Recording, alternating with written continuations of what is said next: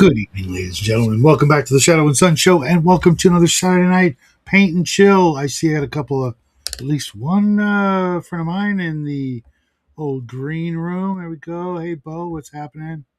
Welcome to the. What do you got going on there? So, My painting table. no, I meant the mini on your painting table. What are you painting? Oh, nothing yet. I'm sitting at my.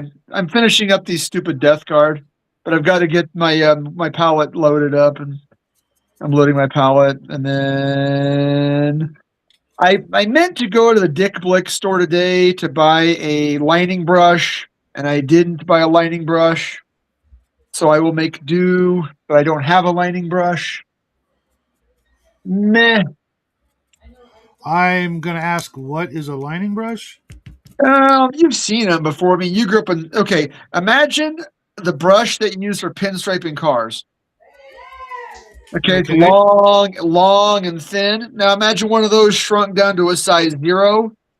So Uh-huh. instead of having a belly, it's going to be really, really long, Yep. and they're used for like if you're doing a pin washing, which is Okay. kind of like regular washing. Okay, so I can find one. If you've got a mini, if you've got a mini that has a lot of flats and you want to put a highlight under a flat, like to shadow it, and you want to use a wash instead of putting a wash over the. If you put a wash like over this whole pauldron, you're going to end up with tea staining. We've all done it. You put a wash on and then it dries. And you're like, oh shit, there's a big splotch of wash right there. So instead of putting the wash over the whole panel, you take a lining brush and you just very carefully draw the parts you want to have, washed. And they do make brushes for that, and I have seen them, and they're not. Well, let's see. Winsor and Newton makes one that's half synthetic and half fur, half Kolinsky here. They run like $8, I think. Uh-huh. And there's a Dick Blick store about 5 or 6 miles from my house, and I checked on the website, and they've got them in stock. Would have saved me on shipping, but I got caught up doing some home improvement projects today, and I did not do any fun stuff. Okay. First question, what's a Dick Blick store? Never heard of it. Okay. Dick Blick is an art supply store. In fact, their website is dickblick.com. Say you want to buy like Winsor Newton brushes or golden so flat paints, any of the higher end stuff that you don't have a hard time finding at a hobby shop. Or like a high body oil paint. You want to buy an oil body oil paint, you don't buy that at your hobby shop or your game shop. You buy that at an art supply store. And if you go to dickblick.com, and it's DICKBLICK, then you'll find their website. But they also have stores throughout the country. And there happens to be one in Salt Lake. And I've driven past it a dozen times, but I've never actually been in. So I saw this brush I wanted to buy, and it was, like I said, $8. But if I bought it online, it would be like $8 plus $6 shipping. And plus, if you buy a brush online, you don't know if the bristles are going to be like all splayed out. Yep. Happens all the time. You buy a brush online, and then you pull the little plastic protector off of it, and it's nothing like what you wanted. I bought a couple brushes from Amazon. They were absolutely ruined. So Yeah, I tried to I buy never buy any brush unless I'm buying like I'm buying the cheap ones anyway, so it doesn't matter. I always take off the plastic cap. No, I won't take the plastic cap off at the store because unless I'm going to buy it, because you can't put them back on. It's like trying to put toothpaste back in the tube. But you're right. At least look at it through the plastic cap and make sure that it's got a nice fine point on it. I mean, I was at down at Haster Games today, which is a nice game store, and we were looking at some board games, but they had some brushes, and they were all absolutely trashed. It looked like somebody had taken the plastic cap off and then tried to put it back on, and the Brussels all looked like you know How you doing, Mac? they all looked like afros. So I did not buy any, and I wanted to. I was looking for a lining brush. We did okay. I take that back. We did go to one game store because we were driving between uh, Home Depot and Ace Hardware to find some very particular kinds of bolts, and they didn't have the bolts that we wanted, or nuts. Pardon me, didn't have the nuts at Ace Hardware. Pardon me, at Home Depot, but they did at Ace Hardware. So the Haster Games is almost between the two stores, but the Dick Blick was like 10 miles that way, so we didn't get to go to it. But I think I would like to work on this guy's face. It's got a really good start to it, but it needs some more highlights. And I think I've got some very light lavender paint, and that would be perfect. Of course, I can't find. Go ahead. I can't find the. I bought some really fine synthetic brushes. Oh, this one. This is a good. This is it. So this is a size. This is 0 or 00, but it's a synthetic, and so it's really good for dotting eyes. It's got a really nice snap to it. Most snappier than natural hair paint. And I won't paint with it, but for dotting eyes, it's perfect. It's perfect. So I did watch Holy Diver's video on trying to find time to paint. I saw that this morning. That was, I didn't watch it live. I just thought it was pretty great. He's like, well, I get up at 4 a.m, and then I go to work here, and then I try to paint for half an hour here and half an hour there. I can't do that. Welcome to the show, buddy. Yeah. Hey, how's it going? I almost the only time I actually paint is when I'm in front of the camera now. It seems right now I am. If I came across some minis, I'll show you one in a minute. From Shadows of Brimstone. Normally, all their minis are plastic, but they had a limited edition set of undead marshals, cowboy western marshals, deputies, that sort of thing. There's 6 of them, and we were looking for minis for Jackie's game. That's what the applause and the noise downstairs is, because Sure. He's having a blast. His friends are having a blast, and you're not there. Hey, I helped. I did my thing, and I got the hell out of there. That's what you're supposed to do. If you're a dad and your boys running a game, you don't get in the way. You might be there for questions, but for the most part, let them have their fun. And they're applauding and screaming and yelling. They've been laughing since noon, and there's no sign of stopping until the parents come at like 8, 9 o'clock, which would not have stopped us back in the day. We'd be playing until tomorrow. Well, we used to play when I was in high school, and we would get kicked out of the house for being too loud. Yeah, I never had that problem. Never had that problem. My parents were very cool about it. We weren't playing at my house. We played at other people's houses. Yeah. Although my parents, yeah, when it came to stuff like that, there were some things they weren't, but that's what parents are. They're not cool, until you're old. Then you realize, oh my God, they were way cool, or they weren't. They should have been in jail, or something. Yeah, I don't know. I'm just freaking rambling. I need some like really light purple.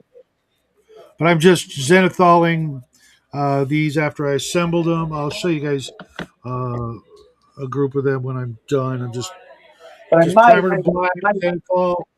I might just go take off because I get one more meal before I am done for the next 24 hours, and I would like to go. I would like to get a little food in me before, because I did have one small meal, but so there's what color? This is a really nice purple, pastel violet. So what are you working on, Alfred? I was just putting together a Acadian Castellan. Nice. Imperial Guard. I like the Castellan. The problem is that it's a monopose kit. You only got one of them, and you want to have 2 or 3 in your army. Where are you going to get the rest? I guess you got to find a way to make them kit bash them.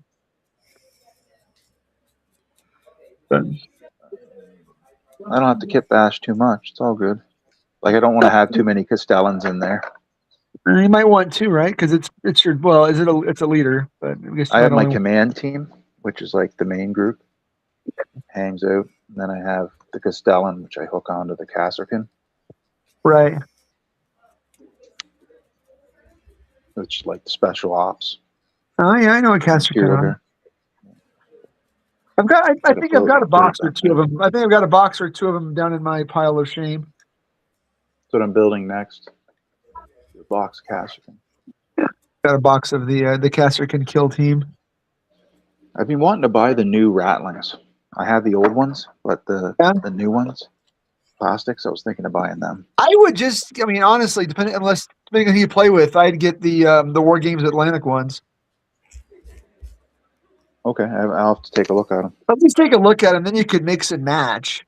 War Games Atlantic's, faux Death Guard have really come a long way in the last couple years. They've got some faux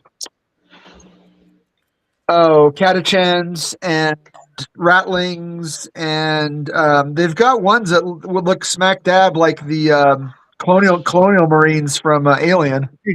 Pardon me, aliens, not alien. But yeah, they've Good for you, James. really upped their game in the last couple years. But I think they're in trouble, because they actually the guy got in trouble for not paying back on a Kickstarter years ago, and they had another Kickstarter for Trader Guard, and I don't know if they've delivered on that yet. But because I was looking Yeah, the at picking Trader up a couple Guard. I've boxes. wanted to do that for a long time. Yeah, no. I've, Well, look at they're on. You can see them on War Games Atlantic's website, but you can't buy them because they were a Kickstarter. And I don't think that was like a year and a half, 2 years ago. James L says he just bit the bullet on the Warhammer 40K magazine subscription deal. Yeah, Anybody else? Oh, that's sweet looking. they're hard to get in America. They're hard to get in the States. I should go down to my store and see because it's just right down the street. Okay. I haven't been there in forever. But I was looking at the lineup of all the things you get, and I'm like, yeah, there's a lot of stuff in there I just no interest in, and Well, yeah, you got if you get the subscription, you end up with like two armies, like because it's always two armies, like every other issue. And I think that Necrons are one of the armies going in it right now, and people are going gaga over it. And like they've got the big models, you get the two Marines. issues. Sabah, like some of the biggins. Yeah, it's Some of like those two issue. Necron One issue will models. have half of one kit, and then the next issue will have the other half of the kit. What set did Cal get? James, I was just going to mention him because that's also what I'm working on here. He sent me these giants. He sent me 7 of these bad boys, Right, I remember that. and this is like the only one. I started painting this one, and then I started painting this one because I couldn't help myself. Going to make him look like Morgan Freeman as a giant. Racist. Well, he's cut a basketball, so I mean, how can you blame me, right? Morgan Freeman played basketball. Racist. I don't know. It just I only had so many arms and poses. And then I got this guy. He's bowling. I'm gonna make him, I think, a cloud giant with like bluish skin. But I mean, you had options on which head to put on which torso to kind of which body, but not always, and one or more arms to choose from, and then the weapons.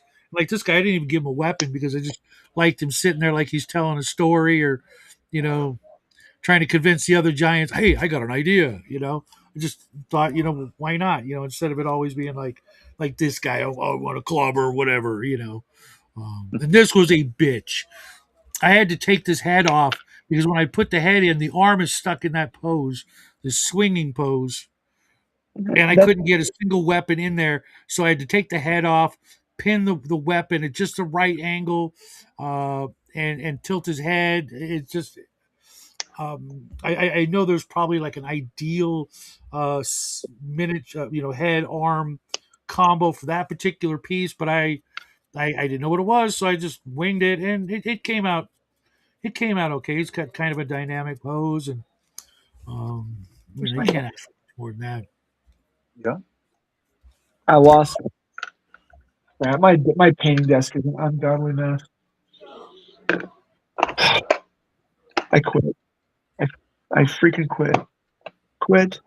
Who wants to come and pick up my miniatures? All my paints and all my brushes and 5 years No, worth of collecting. you throwing in the towel? Yeah, I can't find my purple wash. Oh, time to quit. I Bummer, know. man. That's what I just said. I'd loan you mine, but then you wouldn't give me a sweet deal on all your Oh, stuff. wait. I've got 2 different purple watches. I can find one of the 2. I've got I've got the Games Workshop brand, and then I've got the AK Interactive brand. And right now, I will take either one I find first. It's just a race. Oh, there's one.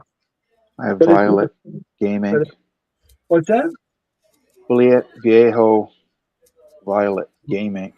Yeah, The Spanish way of saying purple ink. Vallejo. Yeah. I'm really liking the AK Interactive washes. I've got a couple of them. But you still need to, any wash I've ever had, you still have to thin. I don't like them out of the pot. The worst one out of the pot is definitely, again, for your money's worth, if you want going for your money, but it's unforgiving as heck, is the War Games, the strong tones, Army Painter. The Army Painter soft tone is my favorite wash ever. It's too. You got to thin it. You got to thin it by at least half. Never. By at least half. No, I have gone through like 8 bottles of that. Love it. Oh, it's too. I got to add a ton of. You got to thin it. Never. It's like you got to thin it like paint. Never. Huh? Like I said, Jackie and I have used that for. It overpowers everything. We've literally used Army Painter soft tone more than any other product, except maybe super glue or model glue. I use a lot of it too, Shadow. But when I'm glazing, and I'm glazing in thin layers, and I put down the Army Painter soft tone, it overpowers, and it also tea stains like a mother. Tea stains really bad. Like what I usually do when I'm doing any kind of wash like that is I will move the miniature so gravity doesn't get a chance to settle and make it all pool, if that's what you're talking about. Well, it pools on flats. That's what's weird. It's not supposed to pool on flats, but it does. Well, of course it does, because it's got no place to go. If you put down alcohol first, or even a little bit of water in the grooves, and then the capillary action will pull it into where you need it to be, and that's not as bad if you do it that way. But even is this okay? Shit, I got no clean water. But even then, I've got to get off the stream because I still have to eat. I just finished cooking, and I'm not going to get to eat again until this time tomorrow. Life's a bitch. Good seeing you again. Then you die. He'll be back. Life's a bitch. You're in a better state of mind this time. Me? Oh yeah. Yeah. I got to post that picture up on the open Discord so everybody can see it. Of Sathir falling into the river or falling through the subterranean lake. Yeah, that was fun. He did a good job last night. Actually, if I was actually delusional, I would have been a lot more insistent. It's funny, of all the, I will tell you, people that are acutely delusional are the most dangerous of all psychoses. Not because they're bad people, but because they drink their own Kool-Aid. If someone who's delusional says, I have to get up on the roof right now because there's a helicopter waiting, and they believe it. They will put all their energy into it. They will put. I have had delusional. In fact, a delusional psychotic person ended up assaulting a friend of mine at work, Mhm. and tried to do a number on me. I've Again, been not bit because by he's a bad people at person. work. You ever been bit by people at work? No, hit, pushed. I've been I bit get bit, once. assaulted. I've been assaulted lots, but when I was with the other hospital, they didn't put up with it. But at this hospital, the patient's always right and the hospital worker's always wrong. So I don't work with them anymore. I've changed units. Yeah, it's not a bad face. So, Dean, I'm going to be working on these seven giants Yeah. and these. This one's my favorite. Actually, it's not my favorite. This one's my favorite. A couple of undead Western marshals. He's got like a warrant out for somebody's arrest or How about an contract. metal? Let me see. Oh, yeah. Speaking of, I saw the new Gloomhaven box set at the friendly local game Cool. store today. Yikes! Gloomhaven is expensive. Who is that guy for? This is for Shadows of Brimstone. They're a limited edition metal set. Normally, everything they make is plastic, but I got these years ago and I just forgot about them. And we were going through stuff looking for minis for Jackie's game downstairs, and I was like, "What's this?" I opened it up. I'm like, "Oh yeah, well, I'm looking for something to paint to go along with the Giants." So So I why thought not? he was playing D&D. He's not playing D&D. Yeah, he's Different playing game D&D right now. with Cowboys. Well, it's not really D&D. It's his own. If you've watched his videos, it's a fantasy role playing game set in his own fictional sci-fi Well, fantasy that's his D&D. I don't have a problem with that. world. It's his homebrew.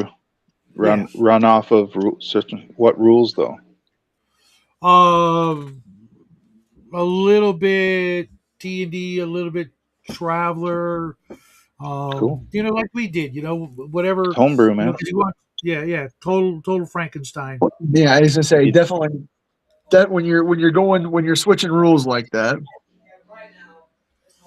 Yeah. But he's having fun. Everybody's you know having a blast. They all brought some food. We had some pizza, got some cheesecake for Cheesecake. after the game, and just like I was telling one of the kids' dads, the kids his age got really screwed over during COVID. They missed out Yeah, I on know. all the I've got two in high Yeah. school. and these kids are a mixed bag, three guys, three girls, and they all come from different walks of life, etc. And you can see a little bit of it in every one of them, not having, not saying not having friends or anything like that, but not having the ability to socially interact like we did after school. And he's got another game already planned for spring break. And there was supposed to be 9 kids today, but 2 or 3 of them couldn't make it. So The fact that it's a gonna lot be of the girls showed up is a good sign. yep. And they're even the newest one is like in it on it. Just they're all way better than the girls I played with at his age, who were just there for 1 or 2 reasons. Yeah. I've never played a role playing game with a girl. Teenage politics. Hey, Oh, I did all the never time back in the initiated day. ever. I am. They were in role playing clubs we went to, Mhm. and friends of friends in living rooms. I even played Adjacent Vampire in the roommates. late '90s, and we didn't have any girls playing then. Wow. Really, that's weird. Different story up here in Canuckistan. Yeah, same here. I was Cali, I doing mean, my thing in the I 90s. knew a lot of people who played Vampire, but I didn't, and it was all about just the girls, and I already had plenty of girls, hanging out in the games that I was running, or girlfriends or whatever. Some wanted to play, some didn't. It was just, different, and I hope they keep coming back and doing the thing until high school's over. I know some of them are going off to college, and one's going off to the military, and but like I was talking with the friend's dad, they've got the internet. We didn't have that. They can stay in contact with one another for the rest of their lives. They can play games like we're talking here now, and uh, you know, do all the things that we can't or couldn't do. Like for example, every one of my friends from K through high school, they've all passed away or moved away, and I haven't talked to in 20, 30 years. Sure. And then my friends from college, they've all passed away, and some drifted away, etc. But with these guys, they got no excuse. It's like they've got their cell phone, they've got their phone number, whatever social media, Instagram, I think they're all on. And there's no reason why they won't be, celebrating birthdays and weddings and births and, things like that, for the next 50, 75, 100 years, whatever they're going to get. Um, so for that, I envy them, but we got away with stuff they'll never, ever understand. Right, guys? Yeah. Well, because we didn't have video cameras for the evidence. But yeah, but we also, could just, like just the I was trying to explain to my son when I was in, up to high school, we were on our bikes all day long, no adults. There'd be a pack of us, like five, six of us just riding around doing something, going to the next, rock fight or BB gun wars or whatever, or BB just gun wars. I remember those, man. we're just I got a chasing each scar other on my around. forehead from that. Right? And now if a kid suggested it to another bunch of kids, somebody'd rat them out, and next thing you know, police would be involved and CPS and all this pussy shit that just Yep. like let them just freaking grow up and be kids. Let them scrape their knees. Let them sprain their ankle. Let them get a bruise or two. Slight concussion, whatever it takes, right? Yeah, I guess. I mean, Experience. Mm-hmm. Toughens them up. Uh, gives them something to talk about, to remember. holy crap! Awesome the paint. Yeah, I agree.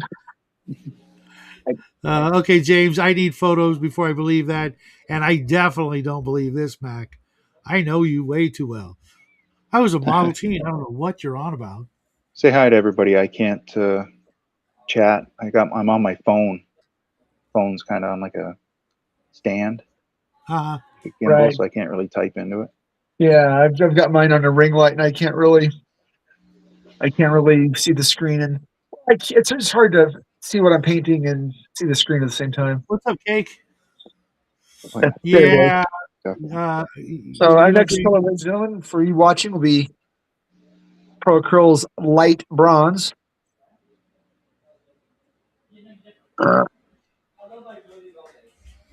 mm-hmm. Max says howdy. Yeah, James. You're right. No curb stomping. No vendettas. No drive-bys. Are you No. kidding? No vendettas. I grew up in a town. Never mind. Without getting too far into the weeds, I will tell you that there are certain minority groups where if you offend one, you offend the whole family. And Oh, then I had to be prepared to fight 4 or 5 of them at once if I got crossways with any of them. really? Oh, totally. Yeah, they Never. clan up I, against They the out plan group. up on a heartbeat. You come walking home from school, and all of a sudden there's 5 kids of particular ethnic persuasions. yeah, we only You're had walking through their hood. we only had one of those out here. Obviously, which one that was in What do you California, think I grew up? Come on, I grew up in southern Arizona. but it was never like that. I mean, unless they were affiliated, if you know what I mean. And up This was until affiliated. They were cousins. no, I meant like an actual Related. gang. Actual gang. It's the There worst. were there It's the wasn't a best lot of kind of actual. click, right? Or worst kind of click. That was not until late high school. You couldn't get in one of those until you were a junior senior kind of thing. There was no kids involved in any of that. You know, it's just I don't know. It was a lot different and less permanent and lethal.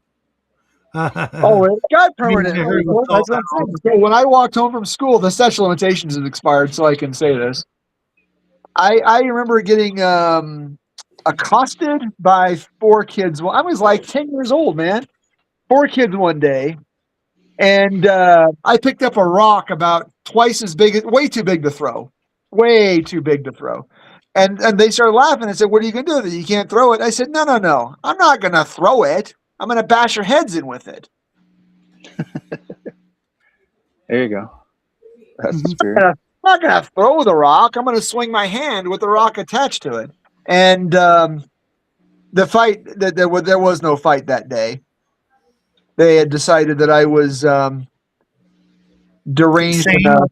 They decided that I was insane enough that there wasn't going to be a fight. And all I was trying to do was just walk. I mean, I kind of had a smart mouth, but I was just trying to walk home from school, man. I was like 10. What are you going to do? Die? Get beat up? No, man. I'm going to go home. The thing is, where this it was literally the only way home from the school from my house. There was only one road between my house and the school. What, you didn't have the super secret, what the hell, Ferris Bueller shortcuts? Well, there were a couple of shortcuts, but the shortcuts all ran parallel to the road because it was the most direct route. See, I had this river drainage ditch thing. We just called it Sure. the ditch. Right. Oh, yeah. That ran past my elementary school, my middle school, and my high school, and we weren't supposed to be in there. Right. But certain kids, we could hop the right fence in the right area and straight beeline to school.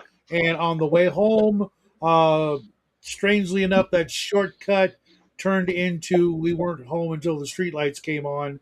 Uh, 4 days out of the week at least, because there were tunnels down there, there were rocks, there were frogs and tadpoles and fish, and just all kinds of things to look at and chase, and you could have two different armies of kids on either side throwing dirt clods at each other or shooting BB guns or you know Oh.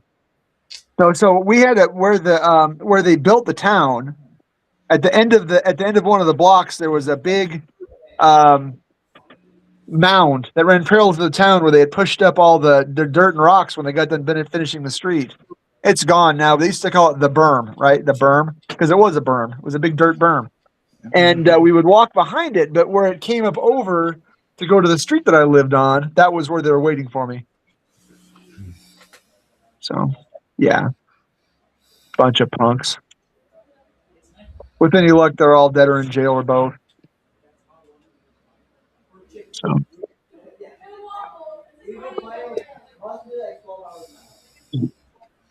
So which giant am I going to work on first? I don't know. I got to go eat. If I don't eat, I'm not going to get to. But I want to paint all this. All this. What's so great about chaos? So much trim. So much metallic trim to paint. Yeah. Yeah, tell me about it, because my brother was asking me what army I'd want to play for Old World. I figure this time around I'll do like armies of chaos, like Chaos Warriors. Oh man, those are they're so good looking though. Yeah. No, I'm gonna there's jump not into one those. for Old World, but I really want to get the Nurgle spearhead. So should I go Lakers colors, purple and yellow for his rags If and you're gonna vest? be racist, be racist. What did Shane Gillis say? Being racist is kind of like being hungry. No one is racist until I wasn't hungry, but then I wasn't racist, but then Hey OG, do you have a tan shirt on? Or are you painting commando again? Tan shirt. I have an apron. Okay. did you get one of Just those? an apron. After I spilled White apron. a whole bottle of putrid green on my one of my pairs of good jeans. And you know what? Even if you pre-treat them right away, that paint ain't coming out. Hey, Dean, welcome to the show. That paint is This stain here was ink. I've got lots of ink. There's been ink spills. But if it's on your apron, that's a good thing, right? That's exactly. It doesn't wreck I don't think clothes. basketball. I don't know. Spots. So yeah. Hey there. I forgot what I was going to say, but hello again. It's just one of those nights where I can't sleep. Hey, it's early here, but everybody's welcome. Yeah, man. So yeah, I'm just working on what do you call it? Some write up from for a future game I'm running. Cool. What kind of game? I haven't. It depends what players I'm getting. It's either X2 or it's what do you call it? The Pathfinder First Edition or homebrew version. So yes, I know I have bad taste. Oh well, it's DNF. It's D&D 3.5, right? Judge on that. It's the improved version of D&D 3.5. Yes. Although I am gonna make some changes, like well, first up, goal to XP because I like it. Okay. And then, of course, remove every bag of holding from existence. Yep. Not because I don't like it, but it kind of ruins, the idea of dragging, having to figure out how to get the goal home and so forth. Yeah, absolutely. I was just reading that. I was thinking about that myself, my friend. So we are definitely on the same page. But Shadow's going to say it's not fair because that he can't play his Munchkin game if we don't let him have infinite bags of holding and infinite portable holes.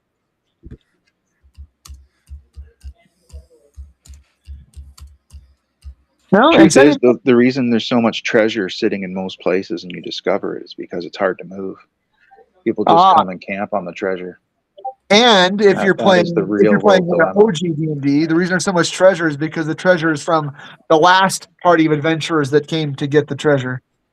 It just keeps getting added to. Yeah, because everybody dies trying to get it out. It's bait. Yeah, it's bait. Absolutely. That's why Gygax invented green slimes, gray oozes, and gelatinous cubes, so that rotten bodies wouldn't pile up in his dungeons. Yeah, HeroQuest is. Wait, is that the board game? Yeah, HeroQuest is a board game. Okay, so I was thinking a different one when he said complex and so forth. The one Justin plays. Oh, wait, not Justin. The young man who is often on James' stream. Timmy? Yes. Okay.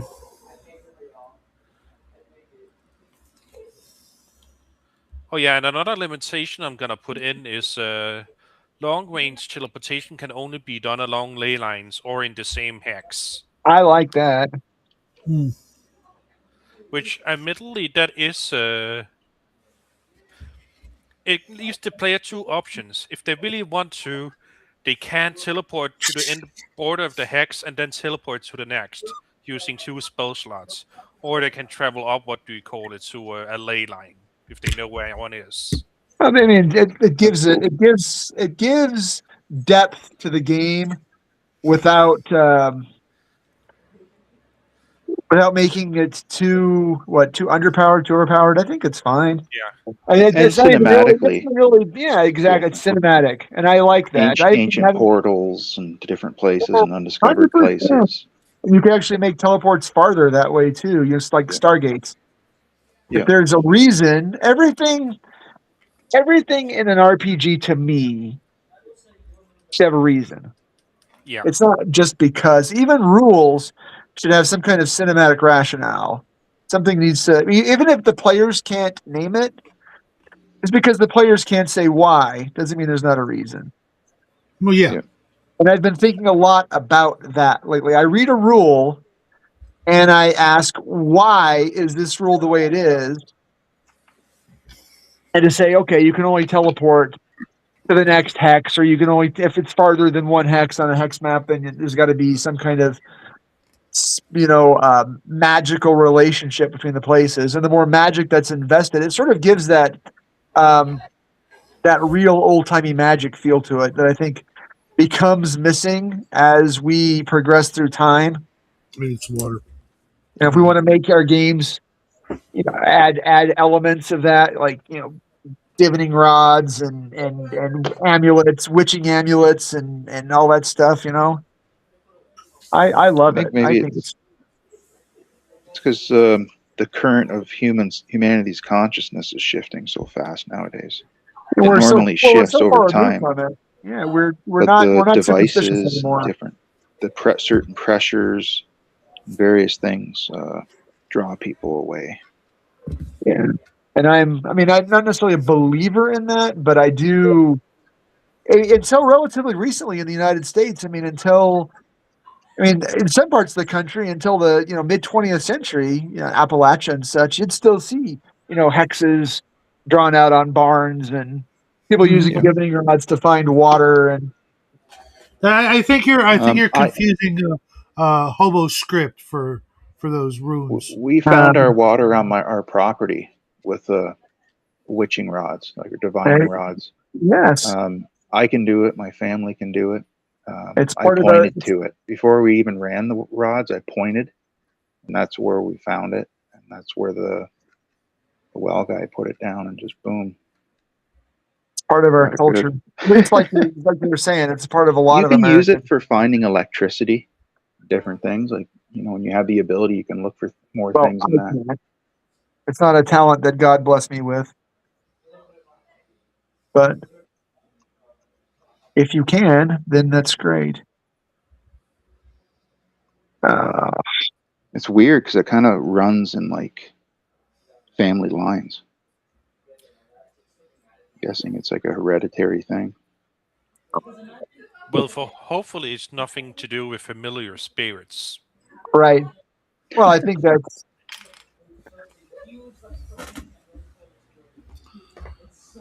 Yeah, things run in families. I will make it difficult to cast across bodies of moving water. Oh, that's not bad either. Like casting spells, James, or I will attempt to make. I will make every NPC I meet hold a horseshoe. Here, hold this horseshoe. Oh, you can't hold this horseshoe? Yeah, we're done. It's iron, yeah. It's like the test. Or you like salt. You salt things that you give them, or you throw some salt. Hey, for good luck, and you throw salt in their face. If it's a fairykin, they burn. It burns. All right, fairykin, get out of here.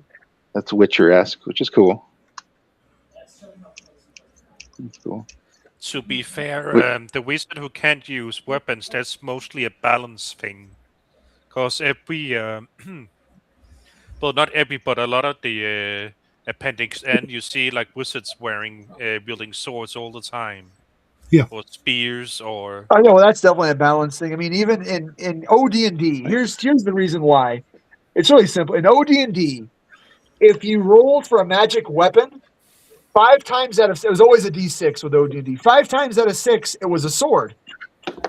So only fighters could use swords, so that fighters had more access to magic weapons. Yeah. And that's why clerics could only use maces, mechanically. Yeah. It had to do with the table. Yeah. So if you said that wizards could use swords, then they'd have a 5 and 6 chance of finding a magic weapon that they could use every time you rolled up their magic weapon table. It's not really a mystery. It's mechanics. It's a balance issue. It's a game balance issue. Yeah. And I don't have a problem with that. I do not have a problem with trying to balance the game.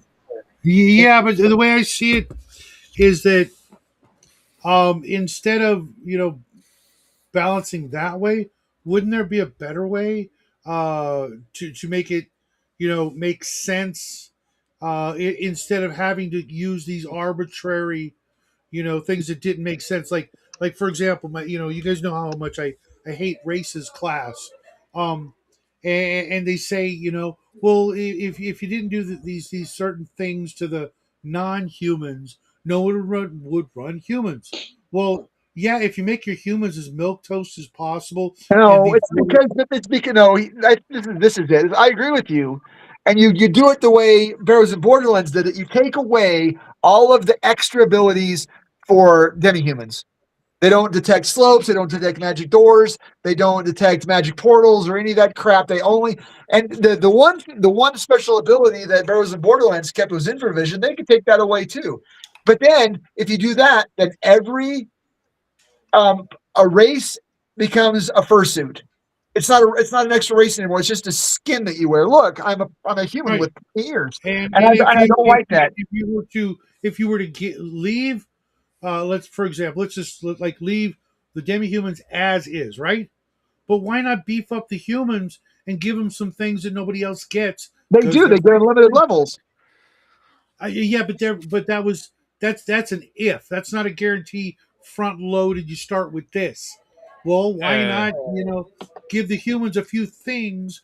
Use your imagination, depending on your world setting or your view on biology or whatever. Then they Humans. wouldn't be humans anymore. Well, no, that's not I true. actually have an idea what you could do to humans to quote unquote buff them. So you guys know how like we are a chasing species, like we That's run right. things. Yeah, you're pursuit predators. Yeah, Absolutely. pursuit predator. So human, they have the high.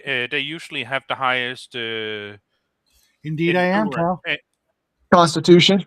the highest constitution, and they also are like harder to kill because like we have better stress responses and so forth. 100%. So In that's the what long I would term do with too. humans. It's basically more endurance and more survivability. Yeah, humans. We have the way our circulatory system is so redundant. There's so many stories of humans, people, in war or even like criminal type situations where they get stabbed or shot. They fall down. Their blood pressure regulates when they're prone, and then after a minute, they get right back up again. People Yeah. are remarkably durable. I Well, got as them far as all broken races go in down. D&D, generally the humans are the most durable because of Well, there's the birth rate. usually what we So like hear. the Um, species has a Yeah, higher birth rate. yeah, well, I we're mean, saying Take that into I don't know account that as I'd well. go durable. I'd go more versatile, because everything else is specialized. Well, Yeah. like Um, elves are fragile. Humans are durable. no, Like as a species over and that's time. a balance issue too. yeah, I don't remember ever reading any stories where elves were fragile. Just the opposite. They Yeah, were they were elves were like they weren't like buff, but they were like really, really dense in like athletic muscles. yeah, Well, until Tolkien came along, elves are also always the bad guys. Yeah, yeah, exactly, James. Uh, now you're obtaining various hams. Hobbits were like super hardy. Dwarves are even more stoic and strong and healthy, etc. I would make a simple thing because like almost every race, if you look at like I'm going by AD&D, of course. They get a plus, but then they get a corresponding minus. Well, that kind of they either get like end up getting like a +1 overall or whatever. I would just go, okay, humans, you get like whatever your stats are, you got 1 or 2 points. You can put whatever wherever you want right off the bat. And Omen, I know I read your comment. Um, Starting out with a bonus on stats is not going to affect anything because, like for me, where I grew up, I cannot tell you how many people came to my table with more than 2 18s saying I rolled it up, and instead of calling them a liar, which we probably knew was the case, we just upped the overall threat level. Maybe threw a couple extra points of damage their way for being a schmuck, and they still would survive all that crap. There's all kinds of ways, because like AD&D and BX and those games, those original D&D games, started you out with characters that were the weakest characters ever. From that point on, from AD&D on, every game that made characters, every role playing game, they let your characters be stronger and stronger and stronger till you got to freaking exalted, where you're running, deities and shit, and That's people what you still. want to do. That's what you said yesterday, and you said that you said you want to play games where your characters fly through suns. All it Right, does is right. makes the challenges harder. You instead of rolling 3D8 or 3D6, you roll 3D6 and you multiply it times 100. There's no difference. Everything Well, scales up. It doesn't change the mechanics of the game any.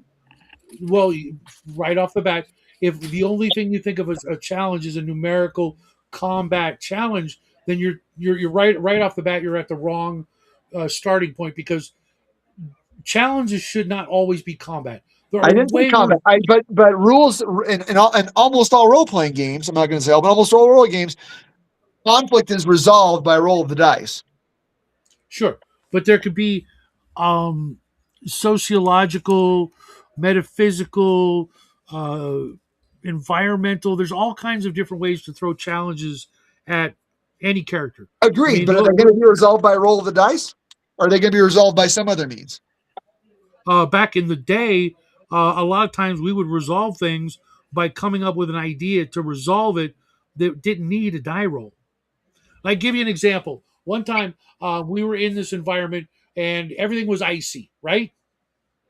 Like the ground was like super slippery, and the DM was trying to get us to, just walk normally and fall. And I'm like, well, I'm going to sit down. I'm going to go through my backpack. I'm going to get some rope. I'm going to get my iron spikes, and I'm going to make some, what they call them, crampons, I think, and tie some iron spikes to my boots.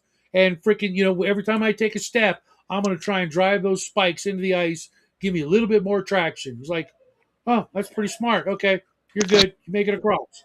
I don't have to roll nothing.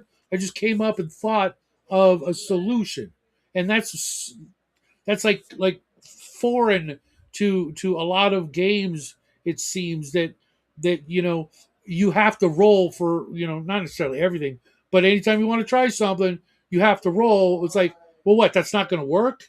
What about that wouldn't work? You know what I mean? If you come up with an idea, it's like I always talk about, when people do a search in a room. Okay, where do you search? Well, can I just roll perception? No, you can never roll perception. You tell me where you search, I'll tell you what you find. Because if you don't look behind the freaking picture frame, you won't find the wall safe that's behind the picture frame. You got to tell me you look behind the picture frame, or you move the bookshelf, or you do the things. Yeah, it might take a little more time, but I'm not just going to have you roll a perception check. And if I don't watch your perception check, lo and behold, you're going to make your perception check.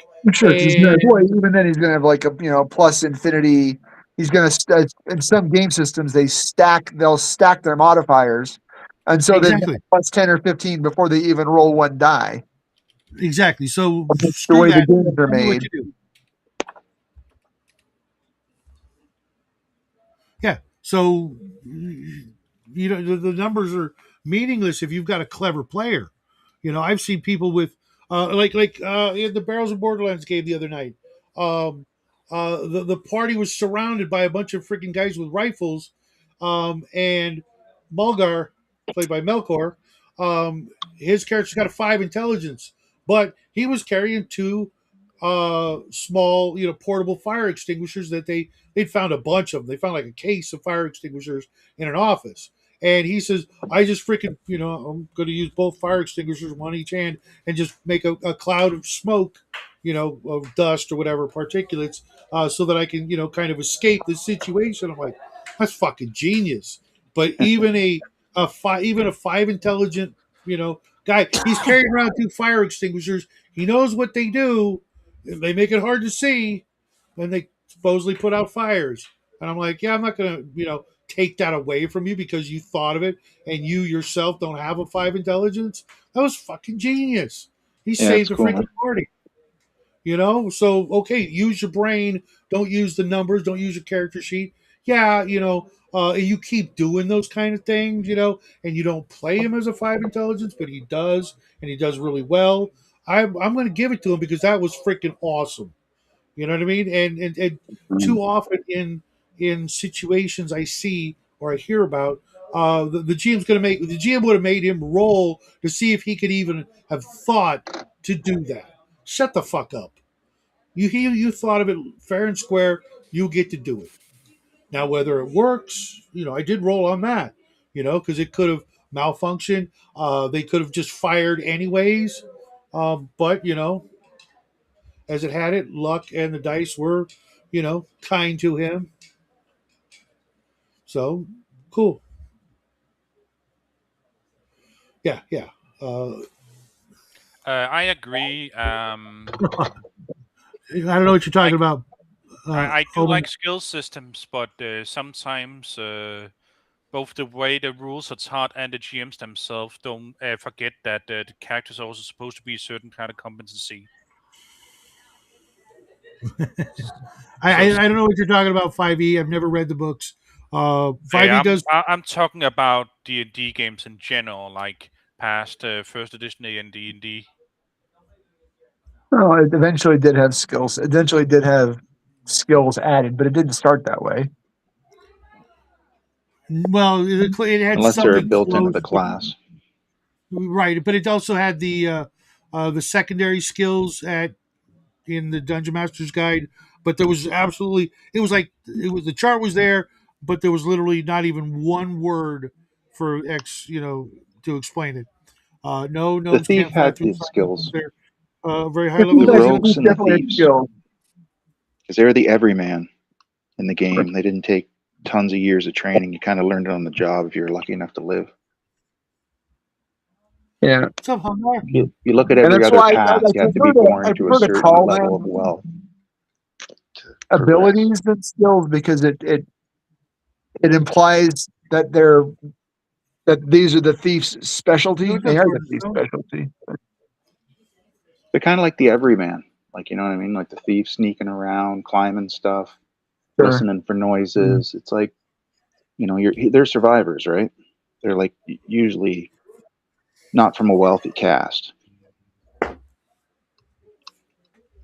Where did this come from? Son of a bitch. So I that's what I have all mean. my. Like a lot of their skills are just like life skills. Same as Hobbit have certain like skills that they can do naturally, like to sneak around and all that, because they're life skills, just like they live it. Right, Coco? Exactly. Well, fire extinguishers, huh? Sounds better than being stuck on the road between two small cities. Fire extinguisher is a cool idea. Yeah. They also have some little mini air horns they picked up because they're going through like an office building from the before time, and they Right, that's what found. I'm saying. It sounds a lot better than being what's his bucket, the postman. Remember that movie, The Postman? Well, Yep. That's a Mike Yep. interest. He's the postman. yeah. Well, talk to them, not me. I can talk to them, not you. Yeah, you don't like what they want to do, then talk to them about it. I didn't force anybody to do anything. I never do. They wanted to take that particular job because it was easy money, and it was. So I And have a DM question for you guys, if that's okay. yeah, of Sure. course. When you design a dungeon, how many rooms do you like to put in there? All of them. I look at it like this. Like Castle Greyhawk. I've made dungeons that were like the 6 room dungeon. I've made dungeons that were the 600 room dungeon. It depends on what makes sense. If you think about it, like I start with who built it. Was it a wizard? Was it a company? Was it a kingdom? Over generations. And what would they have? What would they have dug under the ground? Excuse me, and why? And go from there. Like maybe it was a wizard and he dug a bunch of levels and some rooms, and then he got married and had kids, and then his kids grew up and became wizards or whatever, and they took over the place and they decided to dig and build and hold on, swords and stones has got a big one here. Players role play based on the theme of the game and what they figure their characters might be capable of gets more points of creativity from me than just looking at a sheet and roll. Yeah, yeah. I've literally been in some experimental games where you didn't have character sheets, or there was almost nothing on your character sheet. There were no numbers. I played in games where you didn't know how many hit points you had. The GM would say, "Oh, you're feeling pretty shitty," or you feel like you're okay, you're dizzy, or you need to rest, or things like that, and it can work. You don't have to, just go, oh, I'm at, 2, 3 hit points. I need to do this or I need to know that because you don't know. I mean, uh, I've taken injuries where I thought I was going to die. I didn't. I've been in the ocean thinking I was going to drown. I didn't. I've had the shit kicked out of me and wake up and like, what the hell happened? Um, you Like in don't know. real life, or Yeah, yeah, yeah. Oh, yeah. You never know how many hit points you have. That whole, you know, I mean, actually I do, because hit points were based on naval warfare, and everything on Earth has 1 hit point. That's hilarious that you had an answer for that. yeah, right. Where did Bo go? Good answer. Didn't he need to eat like Yeah, an but he didn't hour say ago? goodbye. He does that. He just like, I'm out of See you, here. Bo. You Uh, mentioned it. Yeah, I was you're always welcome not back, looking Bo, at when my you're notes. done eating. Uh, I'm going to be here for a while, unless they need me downstairs for something. But I want to paint. I haven't painted all week. Speaking of painting, the people working on my house, that's the one thing they haven't done yet is paint. And I told them, give me, knock some money off the bill, for the job, and I'll just paint it myself. It's like, okay. And then later on, like, no, no, no, we'll paint. And now it's 3 weeks later, and like they haven't painted. Like I could have done that 3, 4, 5 days ago, but no. That's what you get for being nice to them. They jerk you around. Well, it's not a matter of being nice. It's a matter of friends of the wife's family going back a ways, and I always say never, never do business with family or friends. Um, Especially if and I it's a stand, huge extended family. well, especially Yeah. if it's thousands and thousands of dollars. I've been given You the know, runaround yeah. by extended family, like um, further off cousins. It's like, oh, they're cousins. Let's do business with them, and then get the screw around. So it's like I've yep, been never through do it. that plenty. I don't do that. I But I don't mean, play that. I can't do it because I don't have any family, of my own. They're all gone except one old lady who's really awesome. Yeah, But I'm not going to yeah, do business with her. yeah. She's running apartment complexes. She's freaking genius. She's like you know older than I am and still making bank on a daily basis. It's just crazy.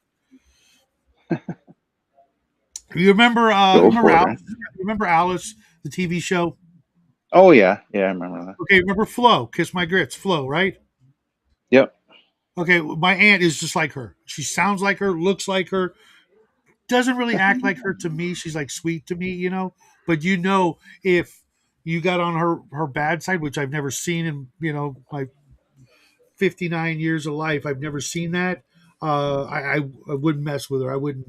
I wouldn't tell her no fibs. I wouldn't. Nothing. Not messing with her. She is just too. She's one bad motor scooter. Where's that Bad. diner actually located? I don't know. I There's don't know. this With her accent, I'd say somewhere in Atlanta, the but Midwest. Okay, no, Atlanta. no, definitely South.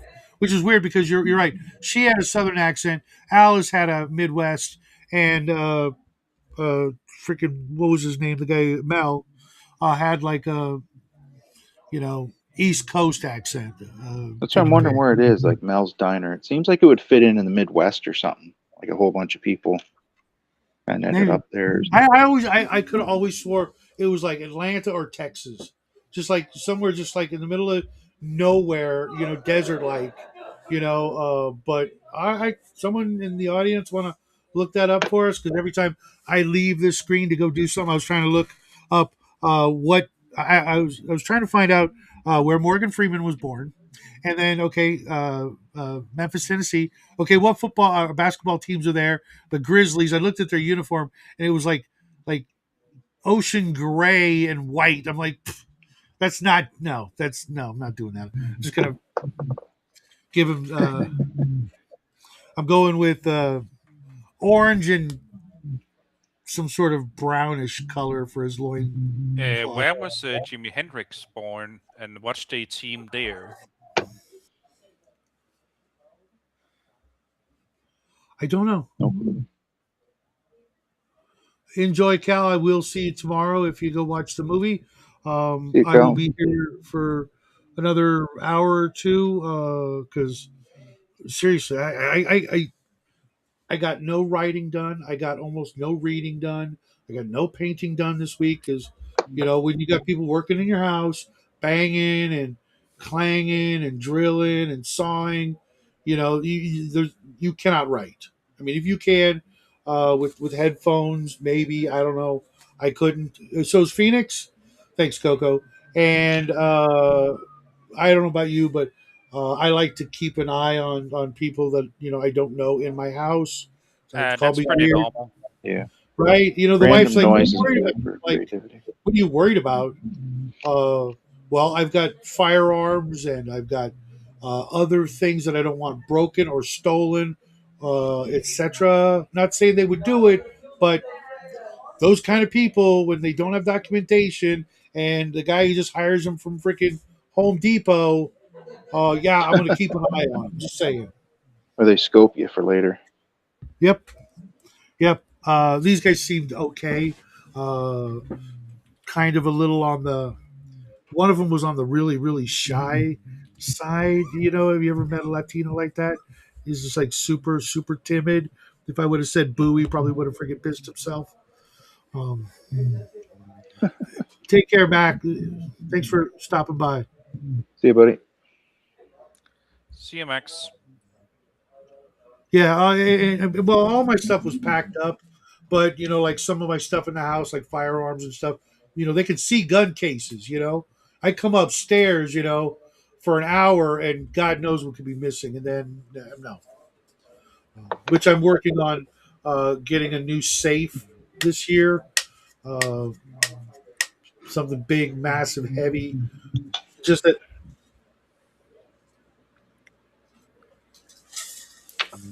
I have one rifle that, let's just say, Swords and Stones. Don't do that. I've got one rifle that I don't want to stand up like this. It needs to stay like this because of the optics. Ah, yeah. Um, they're very, very expensive optics. Um, and I do not want to. One, it won't fit in any gun safe I've ever seen because it's like the rifle is almost 6 feet tall or long, and I've never seen a gun safe that I could buy locally like that. So um, I'm not gonna spend a lot of money for one, so it could hold that one rifle, but everything else is like a normal, length. So um, Can you put that one up on the wall? I might have to, although Just put a gun lock on it. it's in a very custom, uh, different kind of case where it can lay flat and it's good. Um, because like if I kept it downstairs on the wall, I like during the winter I'd have to clean it like every day because of the fireplace, just because the soot and stuff that you might not see smoke in the air, but you run a fireplace. There's You can stuff. cover it, especially with a fireplace. Like I run a wood stove, which is like a sealed unit. Yeah. So like with a fireplace for sure, you would get Yeah. stuff. You could cover it though for the winter. Just throw a Right. wrap over it. I was thinking about putting it up here, but the other thing is it's freaking heavy as shit. This rifle, it's just a Remington 308, but it's got so many modifications and things that I kid you not, it's probably about a 35-pound rifle. It's insane. What It's did got like you? a it's What got did like a you? Go ahead pardon. first. Oh, I Oh, was I was about just to say, good. okay. Have you like changed the heat shield like to something like titanium or iridium or something like that? No, no, it's just a 308. But it's got like a 32-inch barrel, a custom stock, custom optics, bipod, and a bunch of other shit to just all add up.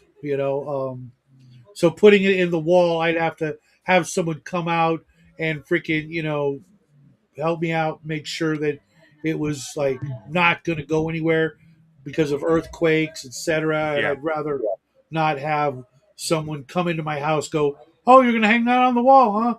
It's worth how much? Oh yeah, yeah. I won't tell anybody. You know what I mean? So Yeah. Yeah. The there was that old joke that like people have like come and take it stickers. I forgot how you pronounce it in Greek. It usually means I have a free gun in my car while I shop for groceries. yeah, yeah. I back in the day, everybody had a rifle in the back of their truck, just sitting there. Yeah. When I went to high school, there were guys showing up at high school with rifles in their back in the window of their truck, and not once. Well, except for me, I carried a 38, but not once did I see anybody, even think about doing something like that. Yeah, a lot Yeah. happened in the late '80s through the '90s. Yeah, And everything changed, and everybody got freaking.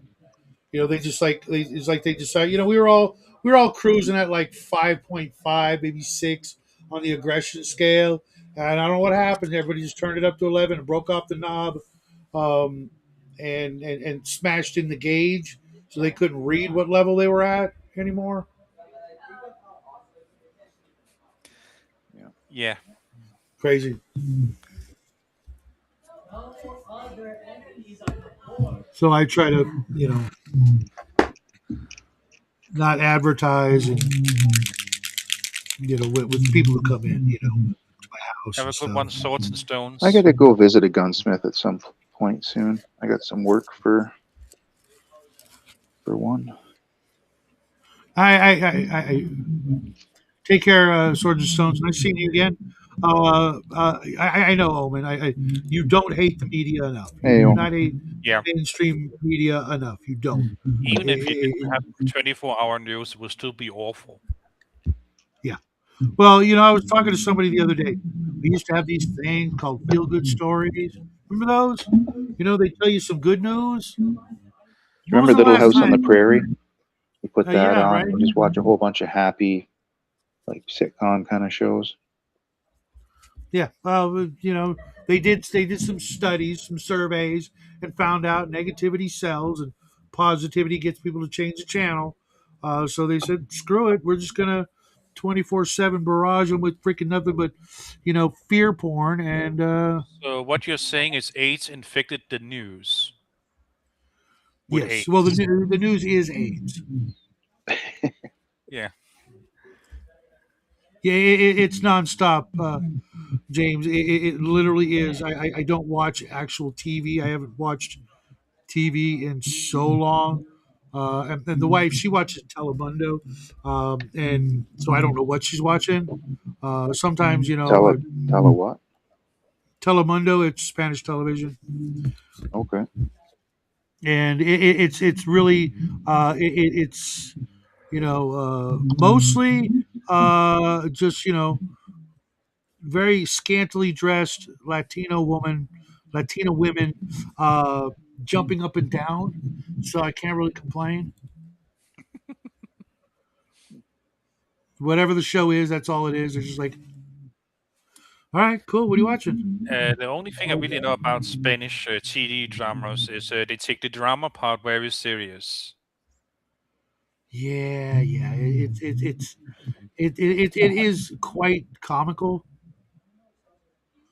Um, what blows me away is like the live ad reads. They're in the middle of a show, and then they do a commercial on the show for a product. I'm like, that used to be a thing back in the old days.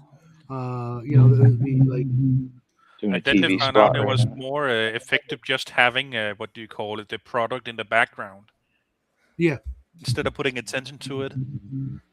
yeah. Amen, James. I was talking to one of the kids' friends, telling him, how long I've been in this hobby, and his son freaking loves it. Loves D&D and all this stuff. And I'm like, you're welcome to join anytime. He's like, oh, I would no. I'm like, dude, come on, you and your boy and Jackie and some kids, feel free, sit in. You know, it's not hard. It's not rocket surgery. Appliances. Yeah, it's I don't know, and it's a shame. I was thinking about a Shauner today, you know, because I was walking by the kids, and they're role playing. They're like in character, in the moment, talking. And mind you, this was a couple of the girls were talking back and forth as characters, and one of the girls is brand new. She just joined today, first time. I don't know if she's ever played before. And they're going back and forth in character. I'm just like, I don't know, Shauner. I hope you're watching. If not, come back later and watch and see. Because as the sign says over here, you can't see it, but in this house we role play. Cool. It's cool.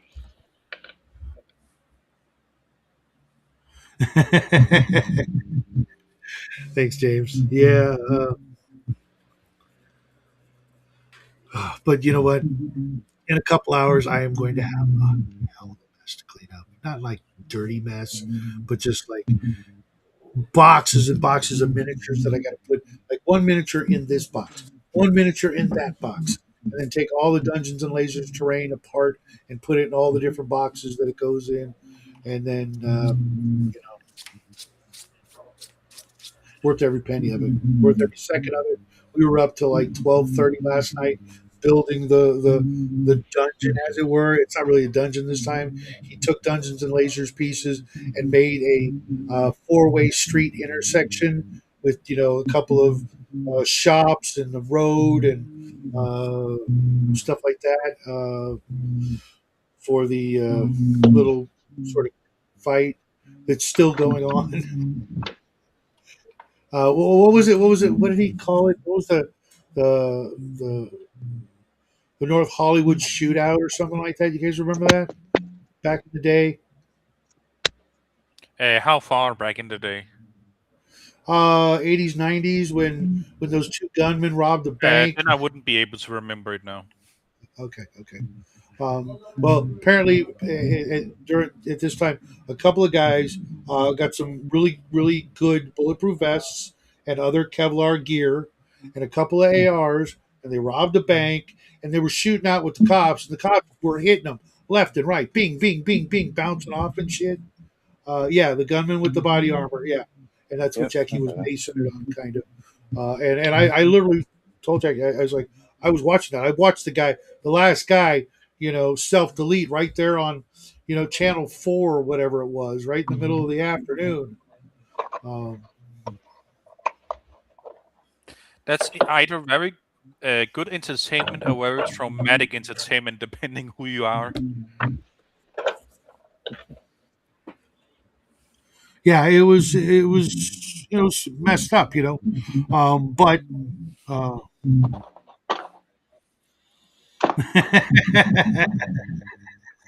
you're not quite that PG friendly. No, this was, I mean, one of the gunmen got taken out eventually, and the other took himself out as opposed to get, arrested and whatever. I'm like, what are you talking about? If he hadn't done that and he'd been arrested, he would have been a freaking celebrity in any prison he was sent to. You know what I mean?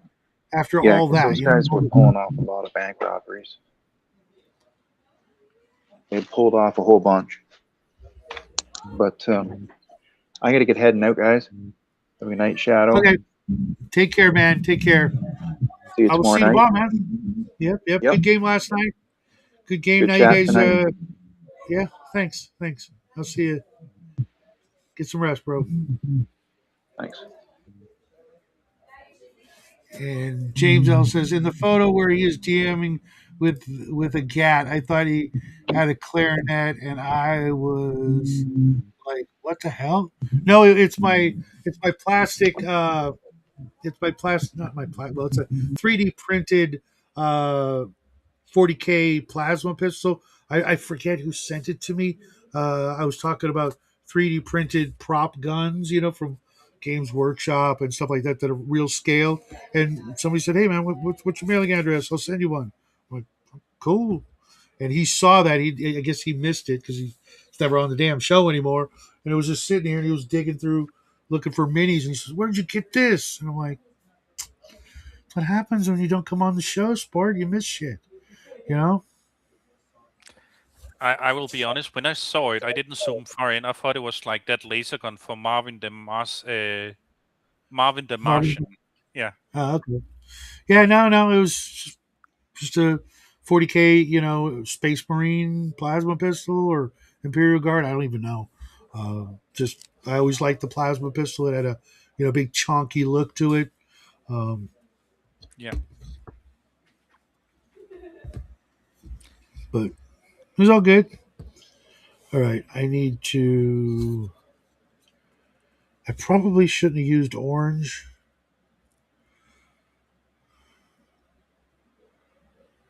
I made his vest orange, but then I realized I kind of wanted it to make it look like he was holding a basketball. So, Yeah.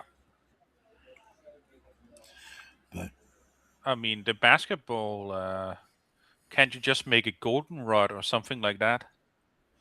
yeah, maybe or maybe make it. I think I've seen him blue and white. No, I don't want to do that.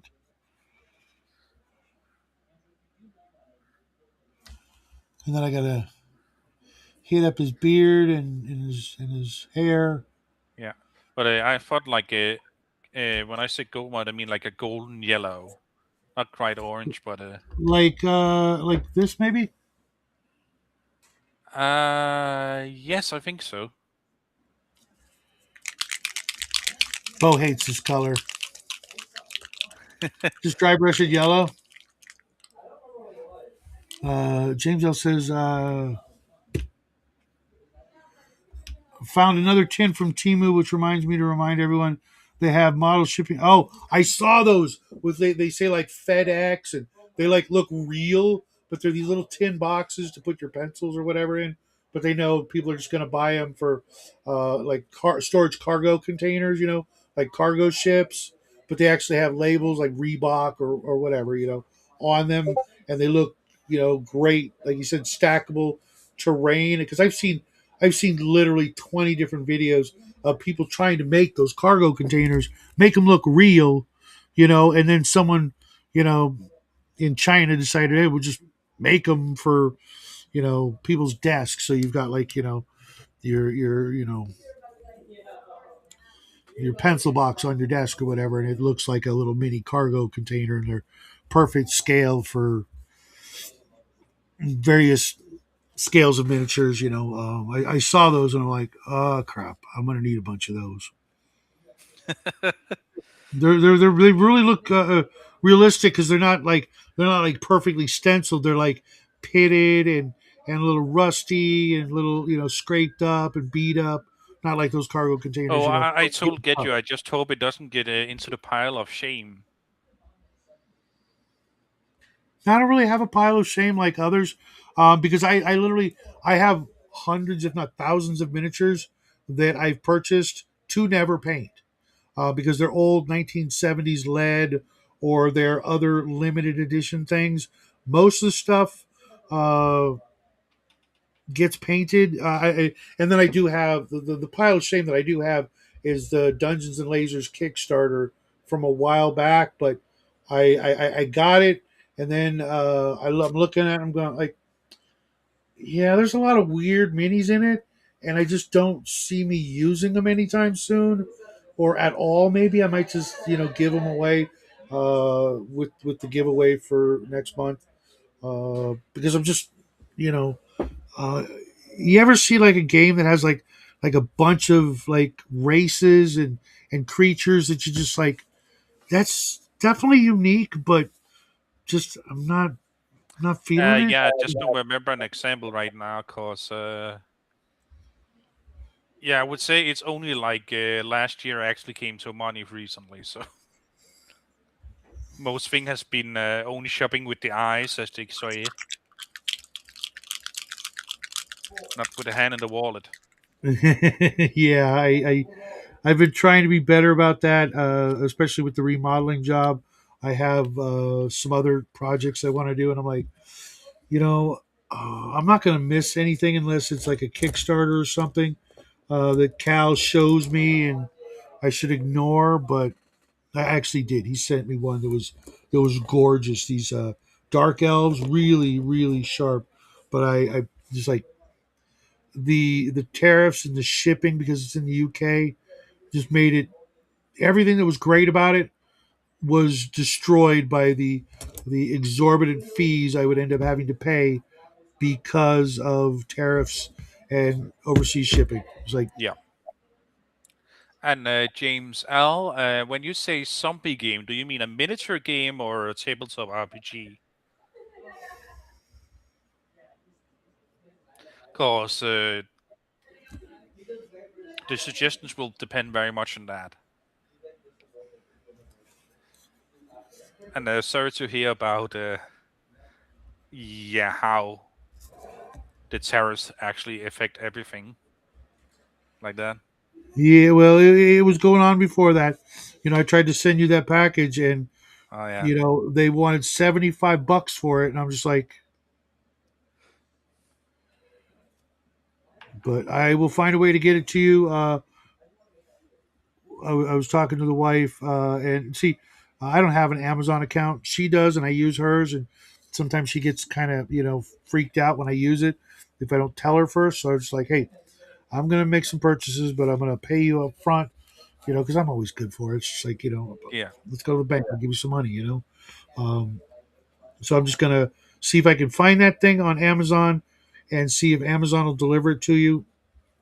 And if that works out, then there's other people I'm going to do the same thing for in other countries yeah. that have, Amazon they usually ship internationally, and there is also right. Well, Amazon DE, aka the German one, if you want to buy something in Europe. okay. Yes, you can change the language to English. It's just sometimes a little wonky when you search for things and it has to auto translate the name. But Hmm. like if it's just something that's sold also in the States, you can usually just search for that name. Yeah, I just I just I've been mailing things for for eBay for 25 years, Yeah, and it's just every time I turn around, someone else thinks they can shove their hand into my wallet, or they can raise prices because everybody else is doing it, and nothing's changed for these guys. There's there's no reason why our mail service and other people have to just you know obviously tariffs. But I've been watching it for a long time, even before the tariffs. I was like, why the hell is it going to cost me $75 to mail a little package about this big to another country? It's not ticking. I mean, I stopped doing that a long time ago.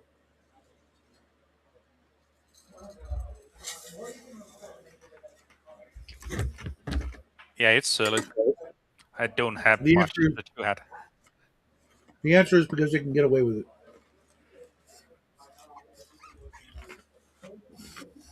Oh yeah, Australia is a lost cause when it comes to shipping.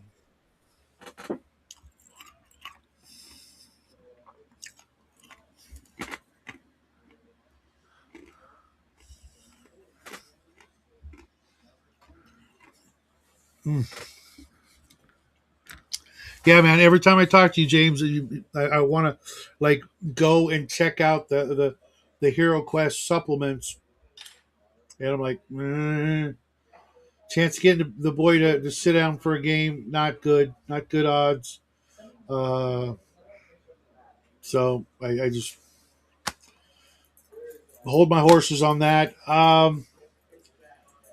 You might look at United States of Undead. That's the only one that I've got that's like a miniature skirmish game. If you can find it, I don't even know where I got it. To be honest, I know I never bought it. I think I just got it in a pile of other games. I used to do that. I would just buy, people, random stacks of books.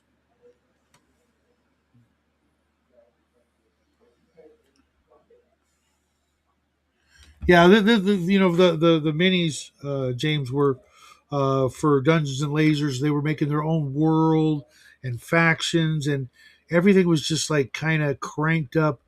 Not just it was almost like they were making the miniatures as intricate and detailed and fancy as possible, just to kind of show off more than that's the way the things would look, because there was like just too much um, intricate detail on the armors and things like that, when you know historically or whatever, people really wouldn't do that unless it was easy and cheap.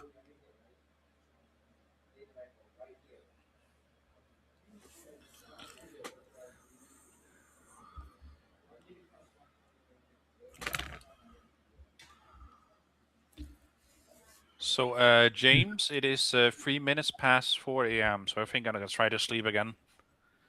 No, not No sorry. worries, no No, worries. not James. It's because I saw his name. Shadow. There we go. Hmm. It's nice hanging No out with worries, you. man. Enjoy your. You too. You too. I got some painting done, and if no one else is going to join me in the chat, a couple people said they were gonna, but things. It's Saturday, and you never know what's gonna happen. I'm gonna probably call it a night too, and go see what the boys doing, and have me some Oh, cherry is it pie him I and can hear in the background? him and the kids playing. And I wanted to be there for when it was over, so I could hear them, you Yeah. know, kind of, enjoy the Jackie, basking in the glow of a job well done. So, Dean, I will see you later, man. Probably Monday, right? I Somewhere. maybe I'm not sure. Okay. Well, I usually. Oh, hey, Omen. It's like, oh no, you're not shutting the show off. I'll friggin' join you. I meant over on DM James's channel, Dean. Oh yeah. I will see about going there in a bit. Yeah. Well, not in a bit, but like one day. Yeah. And hello, Yeah, Omen. sure. Hey, What's up, Omen? not much. Good No, game it last just, night.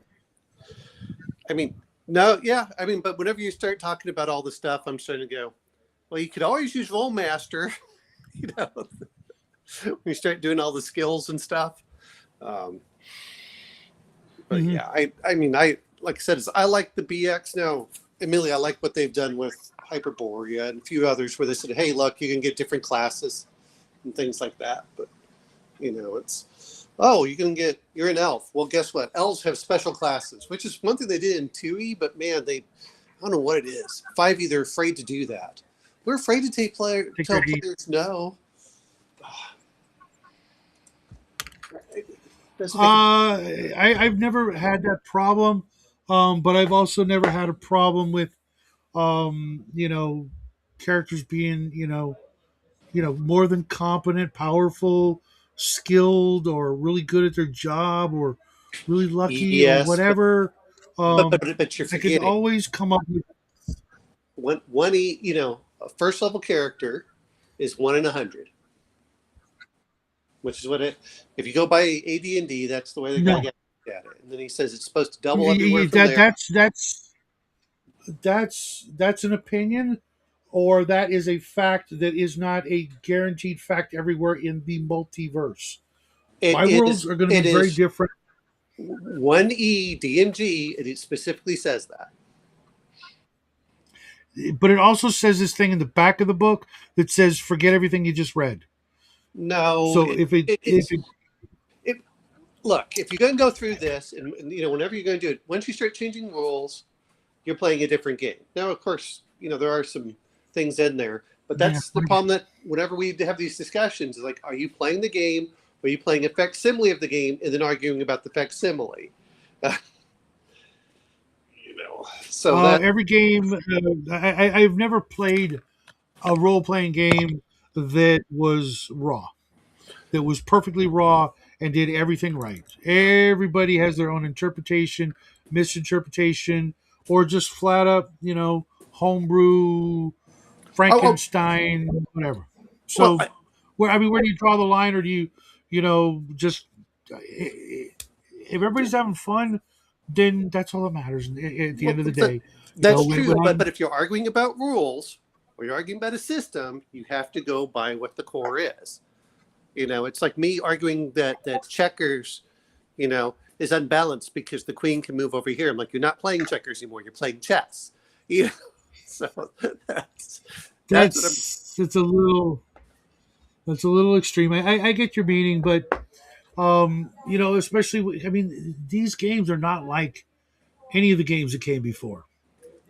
You know what I mean? They're that was that's literally what makes them different. Is that no matter how much you change them, you're still playing them right. I'm going to Whereas say this you much. cannot I say that played with with checkers, chess, Monopoly, any other game that's not a role playing game. You absolutely must adhere to the rules. Oh, come on, we But did as soon as you, not. We every game I've ever well, played, we have gone over, and even with my son, whenever we would make up games, we would add rules whenever it felt like the game was no longer challenging. yeah, balance is over. Well, I mean, like Battleship or chess or checkers. Some of the simple games, tic tac toe. There's nothing you can change. No, You know no, what I no. mean? My There's son only and I one rule. did. My son and I changed a Battleship. Okay. We started saying that if you hit close, then you could start. With the exception of the submarine, you would say the Oh, closest ship oh. within like one or I was two. talking tic tac toe. I'm like, how do you change tic tac toe? Well, that's true. I mean, there's only one rule. You Well, put an yeah. X, I put an O. Well, you know There's what? You one can make rule. it 5 by 5. Battleship that I could see, Yeah. especially with modern technologies and stuff and things like that. You could really, I remember seeing some electronic battleship games, and I could see, like you said, if you got close, you might get a sonar ping or Yep. something. I don't know. Well, see, I so haven't played that game in fucking we did that, 50 but I mean years. that's the same way D&D is. Whenever you look at what we called white box was changed. The same thing happened with BX once they started bringing hey, look, this is basic, and then expert added a few more rules, and then this added a few more rules, until the point that you got like okay, and that's why I said this. But if the designer says, hey, this is why I did this again. You're right. We changed it up. Everyone changed everything up. But I agree with you. As for humans, my real issue with humans has always been, and I've been proven wrong on this, but like for 5e, they gave them very little benefits compared to everyone else. And whereas it's like the same people that are whining about women were kept out at 1875 or whatever. And they're like, do you know what that is? I said, well, if you roll fairly, that means that it's 1 in 1,000. If you roll fairly, and people didn't want to talk. You mean about if you that. don't cheat? That's what I mean. You don't cheat. Yeah. And that's what I'm trying to say is if you don't cheat for that, that's fine. And then there were some things that were broken or not well. My real issue, like everything else, was a lot of games in 1E Exactly, Death Angel. Exactly. were not well written out. Going back, you had to go to sage advice to look for things. Like we were talking about with gnomes. I had to go look through Sage Advice and says, "Oh yeah, you did get a bonus for poison." And you and I talked about that anyway. It's like, well, you get gnomes. Why is it here? And I think part of it is you play raw initially, and then you change it to meet what you want. And I think the problem that I have with a lot of, and this doesn't with any game testers, is they don't want to play raw. They play their own thing, and then they complain Right the rules aren't balanced, and then you have to change. Well, I was listening to Alexander McCree's talk about this all the time. Is the people weren't playing by the rules and then wanted to change things. I said, yeah, but if you play by the rules, it does this. Oh, yeah. Well, actually, a perfect example is 5e has a bunch of rules in DMG that no one uses. Oh, yeah, they're criticals. I'm like, yes, they're in the back of the book. that. What? They're criticals? Changing up long rest and short rest. And I actually like a lot of games that have, you know how 2E used to have those blue boxes? Yep. And then said, hey, you can change. Yeah, it's funny you mentioned that. I actually had to pull out a 2E player's handbook because one of the girls downstairs wanted to play a bard. Yeah. She's playing a little gray alien bard. Yes, I did say those words in a row and meant every word of it. And I was like, okay, well, there's two kind of bards that I know of. There's the old one, fighter thief bard. You're never going to make it, so let's just forget that. Let's go. Okay, what other bard is there? There's the one from second edition, and I told her what it was. Like, oh yeah, that's what I want. Okay, I helped Jackie and her, do the little bit of stuff to get a character going, and she's down there and having the time of her life with all the other kids, and glad I could help. I'm surprised that I actually used a 2 ebook for something other than holding up my 1 ebooks on the shelf. But yeah, that was and I give 2E a lot of hard times, but they did a lot of good things. They did a lot of great things actually. But some of the things they did that I didn't like, I liked enough to not, convert, if you will. But that section, like you said, with the blue paragraphs to let you know that you can do this way instead of that way. Basically, am I remembering it right? Yeah, it says things like, hey, weapons versus armor, which was a much simpler and better form than I think was in the 1E books, where you had to go look up each individual one. And then that's what goes in there. But you said yourself, setting matters more, and really to me, rules should represent setting. Yeah. And that's something that Gygax, I don't think he ever heard it that way, because he was too much of a mechanics guy, Well, even Gygax said there are times to ignore the rules when, and you've talked about this. Hey, I'm walking over to the dungeon, and I took damage. We can't get to the dungeon. We have to go back. Mm-hmm. And he literally said, ignore those parts that aren't fun. Yeah, sure. And then the other part that he said was, they were talking about poison, using poison all the time. And his point was, well, it is a game, and if you use poison all the time, it reduces a lot of the challenge. And I'm like, okay, I understand that. And those are the things that, like I said, whenever we were doing stuff. Well, not only does it reduce the challenge, but if you live by the old adage that I do, what's good for the goose is good for the gander. Pretty soon you're going to have an empty table or a table full of people making up first level characters again because they got poisoned as well.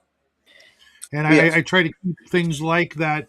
Poison. I mean, how many times have I made you guys make a poison save? Very few, right?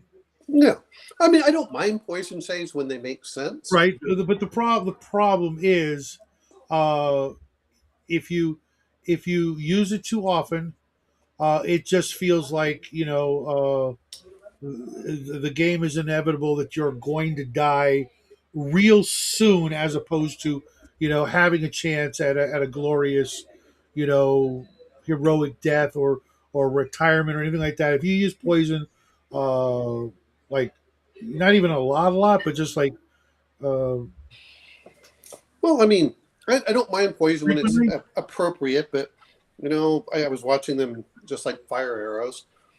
You have to make fire arrows are special. Poison is special.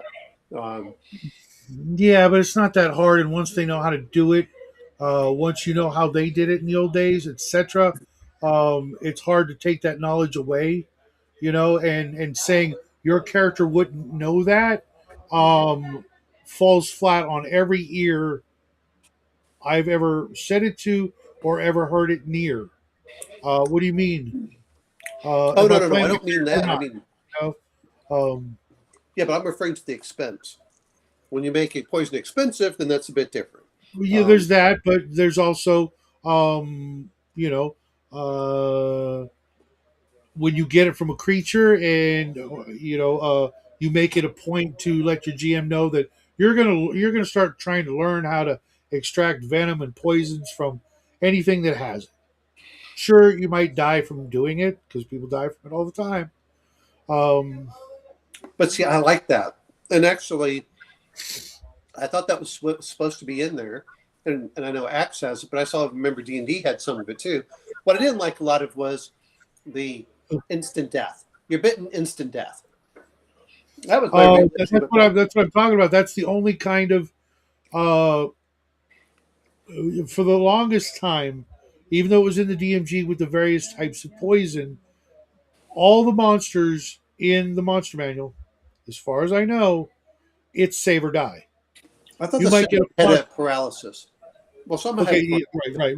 What I meant was there's no poison in the monster manual that's if you fail your save, you take X number of points of damage. It's save or die. You right. save, nothing happens.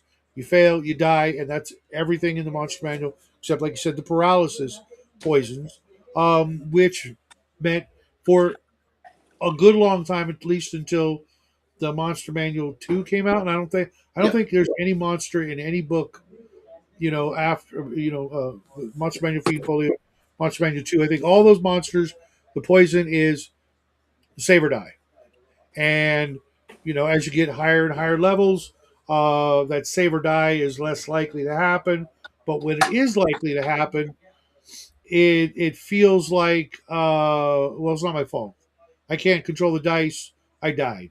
Okay, so it feels like the fact that the GM put it there was just his way of trying to kill us eventually, kind of thing. Because if you put like a handful of giant scorpions in a dungeon, and someone's going to die, someone's going to fail that saving throw, and just flat out be dead. And I've heard people say, to other people, not me, that putting those in there, you're just trying to kill us because it's just an inevitability. Really? I By putting it in the dungeon, by putting a save or die thing in the dungeon, and there's 12 of us or 6 of us, one of us is guaranteed to die because of math. And that's an argument that you can actually make statistically, but well, what are we supposed to statistically, do? you're pretty small. Ever, depends on the level. Below 7th level, there's 6 monsters with save or die poison, and there's 6 characters. One round, there's a good chance someone's going to die. 2 rounds, chance gets better, but the chance also lessens if they kill one.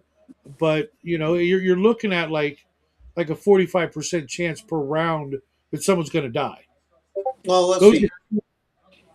Well, let's see, and this is what people forget about. The odds of it hitting is about 1 in about 50% chance, depending on your armor class. Um, depends on how much room you put in. And then the other part that comes down to is, and I think this is what people forget about. Hit points were not that high. The problem is we got hit point inflation, but were giant scorpions just 3 hit die creatures? I don't know. I don't honestly remember. I Well, thought there were some that were like, I mean, I could be thinking Arduin as well, but I know they're. Oh, you can if they're weak, then you can just throw in wyverns. in Well, which case, there's 6 hit die, and then I'm sure there's something else. But throwing in those kind of poisony monsters, unless you're running like a party of thieves, there's a really good chance that people are going to die. And in my world, there's no resurrect for the most part. So it's kind of like saying you're trying to kill, and that's not me. I don't believe that. I yes. believe, uh, you know, what Okay, so sounds I thematically or whatever cool, then I'm gonna use it. And you know the players should be afraid of their characters dying. I mean, that's part of the fun. That's what's going on downstairs. The kids are freaking, getting their asses handed to them, and that's why it's fun. You know what I mean? yes. I mean, so looking at it, yeah, I'm off. It was 5+5 hit die, which is pretty tough. And you're right about the poison, but I'm like, okay, but even with the poison, it's you have to let them get close enough, which I think is the big thing. And that's the problem. I think a lot of times is people just like, okay, it's going to move automatically, and that I would rather players see an opponent and then decide if they want to mess with it.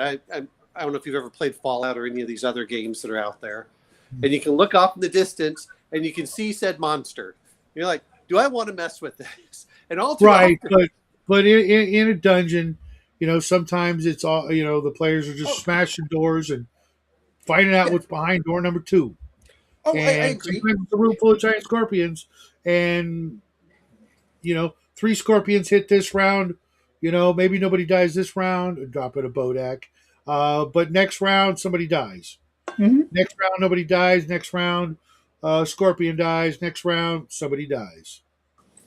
Yeah. If there's no risk, there's no reward. It's hollow. But believe it or not, Death Angel, a lot of older players, more so than the younger players I've found over the years, um, don't give two shits about that. They just want to win. Well, there's There's a lot of it. There's so much but of it. I can't. I I know. I mean, sometimes we're talking about the way the game's supposed to run versus the way the people run the game. Um, like you said, when they don't allow hirelings, like what the hell? It literally is built for a game with hirelings. well, not every game. For example, I'm in other games that aren't D&D of any Okay. sort. They're D&D adjacent, but they're not. And it doesn't take much uh, for a D&D adjacent games henchmen and hirelings to be just like more player characters. Mm-hmm. You know what I mean? They're not the 2 to 5 hit point, you know, paper thin tigers. They might as well be a player character, and you're hiring like 12. Right. Like in Savage Swords, every one of those NPCs that was in your group was like could have literally killed any player character in a fair fight. Right. But And that's the difference. There's a lot of games like that where the henchmen aren't 2 to 5 hit point, nobodies. They're just like you. well, Maybe not Winnie. just like you, but they're really close enough to where you put a player character and a henchman in an arena, and it's going to be a 50-50 who wins. Well, what was it with Winnie? If the henchman got a higher level than you did, you lost him, which to me is why I didn't like level drain. Yeah, but those were good rules. A Yeah. lot of modern games don't do things like Oh that yeah. because everybody wants things a different way, and they're tired of the old way, and they think because it's a new way it's got to be better. That's one of the big problems with modern RPGs is that people think because it's new and because these people know what they're doing, blah blah blah, that these new rules are better. They're not Well, always better. the, I, the, the, the, the original white box through BX rules were had a million times more playtesting than any game that's come out since. well, I'm going to disagree with you on some of that because the BX, the 5e probably has more playtesting, but that's why you also notice. Yeah, but it's all shitty. I'm not saying all of it is. You know, that's the problem I have with too many people. Is they say, well, they do this. You're not, like you're talking about perception roll. If you actually read the rules, it says don't make a roll unless it's important. And what do I see people doing? Just roll. It's like, no, tell me what the hell you're going to do.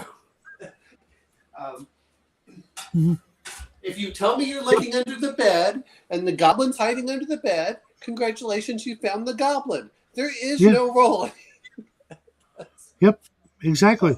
You know, but and I've seen uh, some of some people that I thought were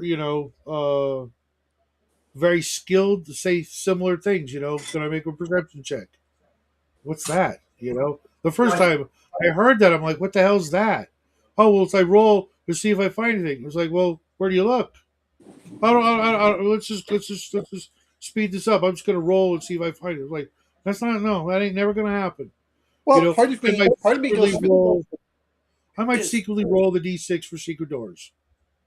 well, Okay. part of me goes for this is, oh, great, you found the secret door. And part of me this goes for the whole thing, which is I'd rather players not roll unless we're going through something very quickly. Like, okay, fine. It's like, okay, or let me or tap. or there or Yeah, there is a chance of more than just a complication. If there's death is on the line, then you're rolling.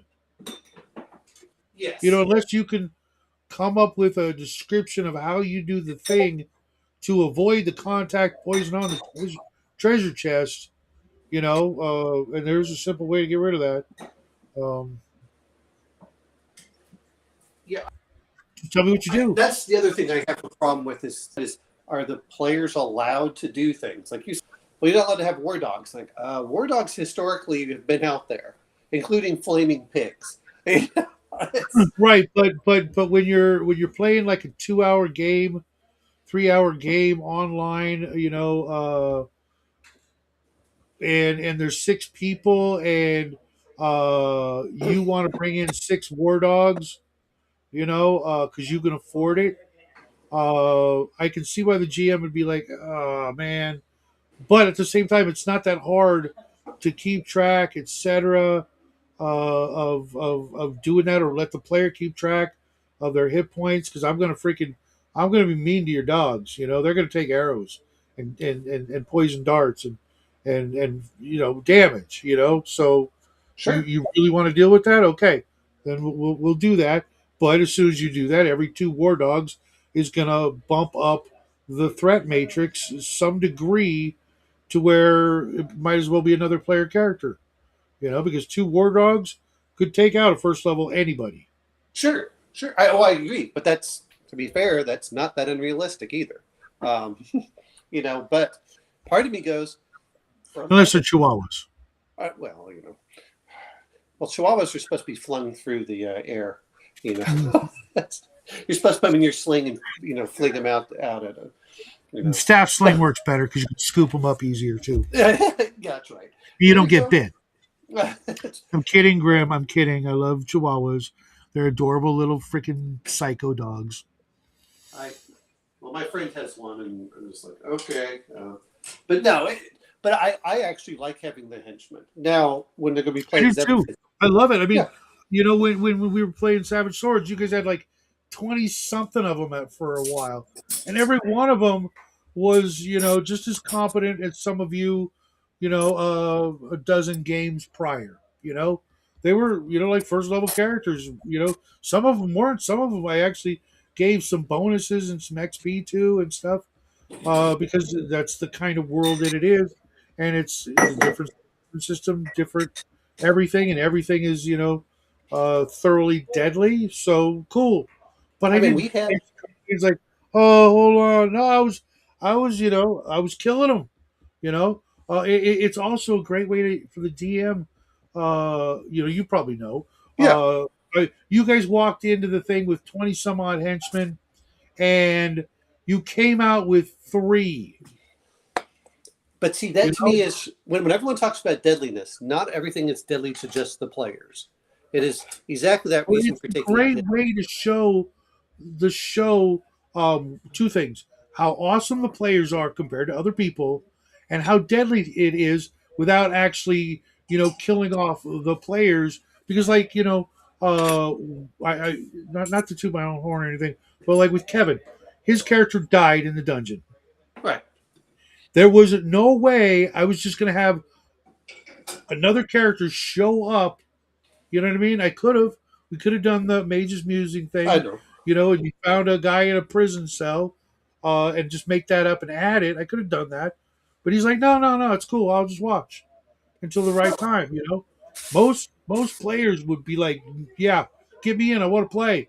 Send me in, coach. Yeah, but there's nowhere for you to be sent in from. Well, You're part not of me playing. just does. You Well, know what I mean? that's what henchmen are for. Hey, guess what? Your character died. Henchmen, I offered him. He's like, no, no, no, I'm cool. No, I'm not knocking what he did. I'm just going. No, no, I he think did. so too often is for players. And to be fair, I did do this for a on Foundry, but we were playing, and I had 200 on each side, and I rolled everyone's dice, and we still were taking like I think it still took maybe 2 hours to do the whole battle of hey, they're crossing over here, they're coming up over here. If they're too big, then you can do it. But I was like, we'll try this. I'm like, oh, that worked out pretty well. Oh, that one worked out pretty well. And it was okay. The knights are coming in. They get to roll their attacks. The horses get to roll their attacks, and just ride through. And like, okay, armor makes a big difference, which I think people forget about. We look, it's like, well, it's only one. Yeah, but the difference between being hit with an armor class of 2 and being hit with an armor class of 10 is pretty high. It's one's usually about 50% that you can get hit, and the other one is about 10%. So it's like, oh, okay. So it does make a difference. Like I said, it's not that I mind danger. What I don't like is, out of the blue, you're attacked, you're dead. Wait a minute. That's what always gets me angry. Yeah, but I mean that's the way it was for decades.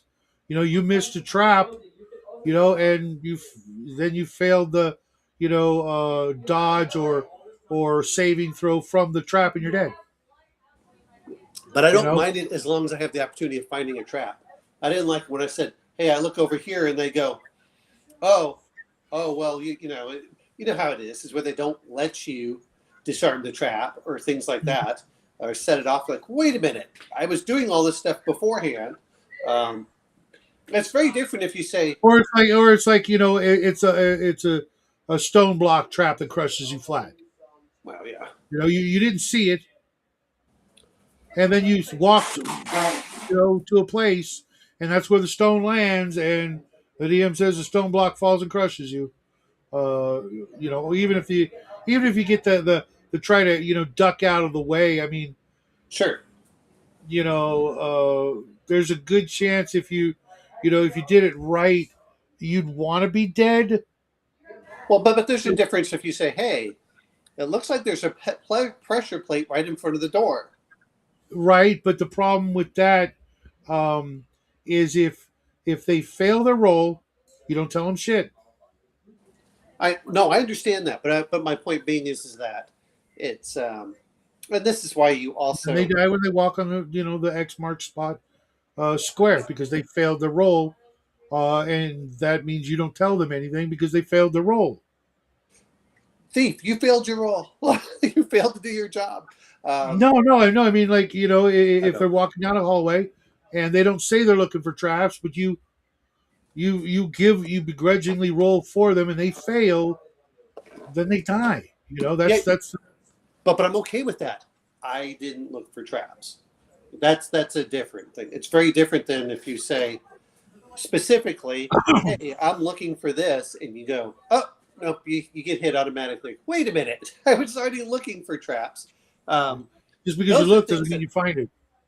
I understand that you may not find it, but some things are like, "Oh, look! Oh, you see a poison needle, huh? Well, what will we do here?" Okay, go nowhere near it. What's yeah. its trajectory? I am staying the fuck away from where I think it's going to shoot. I'm not going there. As a matter of fact, I'm going to look for a 2x4 and I'm going to smack the wall where the arrow is or the dart, and hopefully trigger it so that it sticks this piece of wood. Right.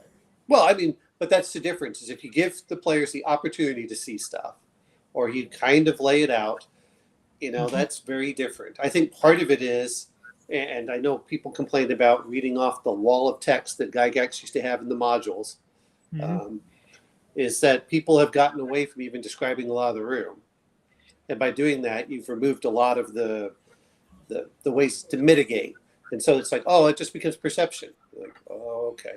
But, the other part is the players aren't the ones always going forward. Guess what? 10 gold to whoever's willing to open up the door. Okay, that's 10 times my regular salary. Yeah, but the problem with that is, to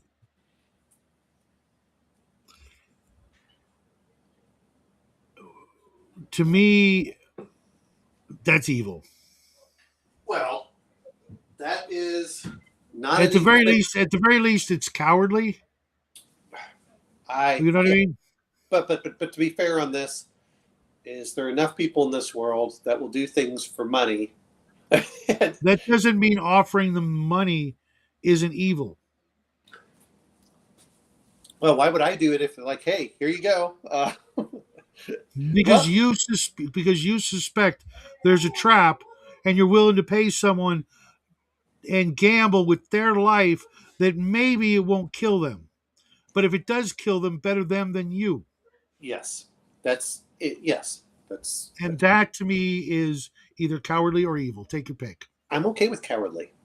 You survive cowardly up to the first 5 or 6 levels, right? And as soon as the first henchman dies that you offered that money to, the rest of them go, yeah, we're not taking the money. Because if he's offering the money, that means he thinks there's a trap, and now he thinks he's going to use us as guinea pigs. That's a morale check. Why does it have to be a morale check when they could just figure that out? Yes. Just because people figure stuff out doesn't mean that they won't do it. That's my whole point. That's still a morale check. Yeah, but morale check isn't. That's not morale. That's like a wisdom check. No, it's a morale check. It's a morale check. To see what if they kill you in your sleep? No, that's not a morale check. Morale is, am I willing to still go into danger for this person? Which is why charisma was. Everyone used this as a dump stat because they never rolled morale, they never rolled reaction, and they didn't. You just watched someone die. The minus would be like, okay, it's 12. You know what I mean? You just lured someone to their death because you were unwilling to do it yourself. Everybody saw it happen. Right. You know what I mean? That's what starts happening is you start getting morale negatives. But it's like, okay, but that's why you roll morale. That's why you want the charismatic evil guy. That's doing some of this charisma is not going to. It's not. It's not. To me, it switches gears from charisma to wisdom. No. Am I dumb enough to be the second guy to fall for the offer of 10 gold pieces? If I'll do something that the last time the boss offered you 10 gold pieces, someone died by taking it. And they didn't get the 10 gold pieces. That to me sounds like, fool me once, shame on you, fool me twice, shame on me. Not, oh, yeah, he couldn't possibly be thinking the same thing again. He's just too nice a guy. He wouldn't do that again, would he? It's not about that. It is always going over. How do you say that's charisma? That's charisma. You're trying to say that the wisdom is for the NPC, but it's charisma. But it's charisma for the player characters. That's what gets them motivated. To see if they could bold-face lie to the NPCs. Why do I have to bold-face lie? I'm offering money to do something dangerous. Maybe you're right. It's not a lie. It's not a lie. It's a coerce them into or trick them into doing something that is probably deadly. It's not trickery. I offered you money to do something dangerous. That's not trickery. Coercion is either you open that door, I'm going to kill you. No. I know. That's why I pulled that back. The word I'm looking for is just escaping me. But it's like My life is worth more than 10 gold. I just saw the last guy you offered 10 gold die. And how much is 10 gold approximately? That's a year's worth of salary. Doesn't matter. You didn't pay the last guy. He Who died. says you didn't pay him? The NPCs watched him die a horrible death. Yes. So what do? You give the money to his wife. I mean, it's not. Yeah, whatever. no. To me, that's too much gamifying in the favor of the players to avoid the moral obviousness of the situation. That doesn't matter. If you offer money, then you say, hey, who's going to do it for 10 gold? And then one guy will go, oh, I won't do it for 10, I'll do it for 15. 15 it is. Go ahead, I would instantly brand you evil, instantly, Why? if you did it a second time. That's not evil. Because it's evil. It's It not is. evil. It's not evil to offer someone money to do something that could get. Why would you be offering them? Why would you be offering them money? Why would they be going in a dungeon that they already know is dangerous? No. Obviously, you already paid them to get them into the dungeon to help you out. But now you get to this situation where you're offering a bonus if they'll do the thing, right? Yeah. Yes. How is that any different than Okay, whenever? why are you offering the money? Why? How is this why are any you different than when offering- you go to war and you tell someone, "I want you to hold that hill"? Oh, they're probably gonna be overrun, but you got to hold that hill for me. That's not any different. It's a totally different. It's a totally How different is that situation. totally different? That is not different. Because you may have been drafted, and if you don't do what you're told, you end up in what they call the brig. That's a coercion. That's coercion. But there's not any difference when you hire a bunch of hirelings. Hey, this is what I expect you to do. And you're like, okay. And if I offer you a bonus to do something, then you're like, okay, I'm willing to take the danger. But why are you offering them the bonus? Because it's more dangerous. That's why. How is it dangerous? You're literally in a dungeon. I'm paying you extra money to do something. But if I didn't want you to do it, then I wouldn't pay you extra money. But at the beginning, it was as if, correct me if I'm wrong, it was as if you thought there was a trap there, and you want to have the henchman go possibly activate the trap by doing what would normally be a normal everyday occurrence, opening a door, but you think it's trapped, so you're going to pay him to open the trap door and hope that it's not trapped. Yes. That's fucking evil. That is normal activity whenever you go off to war. No, you yes, do so by you order them by the if I tell a bunch of soldiers I want you to go clear out mines. But it's not the same thing. What do you mean it's not the same thing? The soldiers cannot say, no, we're going back home. Oh, soldiers do. That's and why what they have a happens morale to them? check. That's And what happens to them if they get caught? That's why they have a morale check. What happens to the soldiers if they get caught deserting their post? Well, that's now you're saying that's coercion. See, that's the whole thing. When you hire people, wait. Am I rounding up a bunch of people? Am I rounding up a bunch of people and saying you're going to do this? And I don't force anyone to do anything. There's extra money. There's extra money if you want to do this. You're already getting paid to go down in the dungeon. Why are you going down the dungeon? Probably because you want more pay. The other thing is you're a volunteer, which they are. They are 100% volunteers when they go down in the dungeon. I'm not rounding up and doing slaves. Soldiers cannot. Soldiers can and do. Soldiers can and do. And you didn't answer my question. What happens if a soldier quits in the middle of active duty? It depends. It depends. What are the possibilities? Well, possibilities is that you relieve the commander. Or prison. What are the possibilities? Stop. Possibility is the commander gets relieved. Possibility is that the commander reconsiders. Possibility is that the soldier gets put in jail. It depends on what the situation is.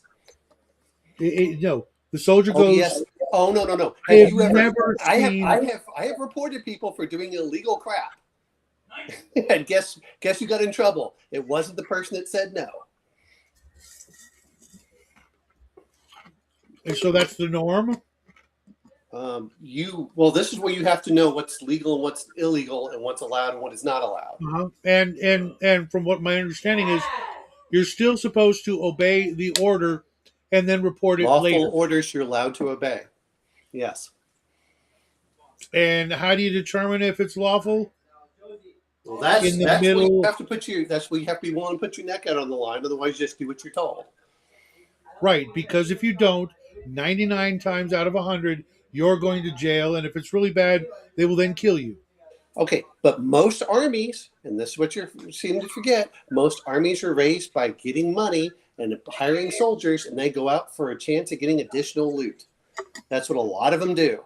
And when you tell a guy, why did the Romans have people that were willing to storm the first person to go onto a battlement, even though that was almost 100% death? But D&D henchmen and hirelings are not the same thing. They're vastly different. They're Well, I agree. completely, That's why you have your entirely. hireling do it. Your hireling is an expendable, you know, unit. That's what it comes down Right, to. Death Angel? That's not any But, different than if I raise an army. but they can literally leave at any time with no fear of repercussions unless you're evil and you tell your other henchmen to kill them. Or you tell them, give me my money back and the equipment I gave you.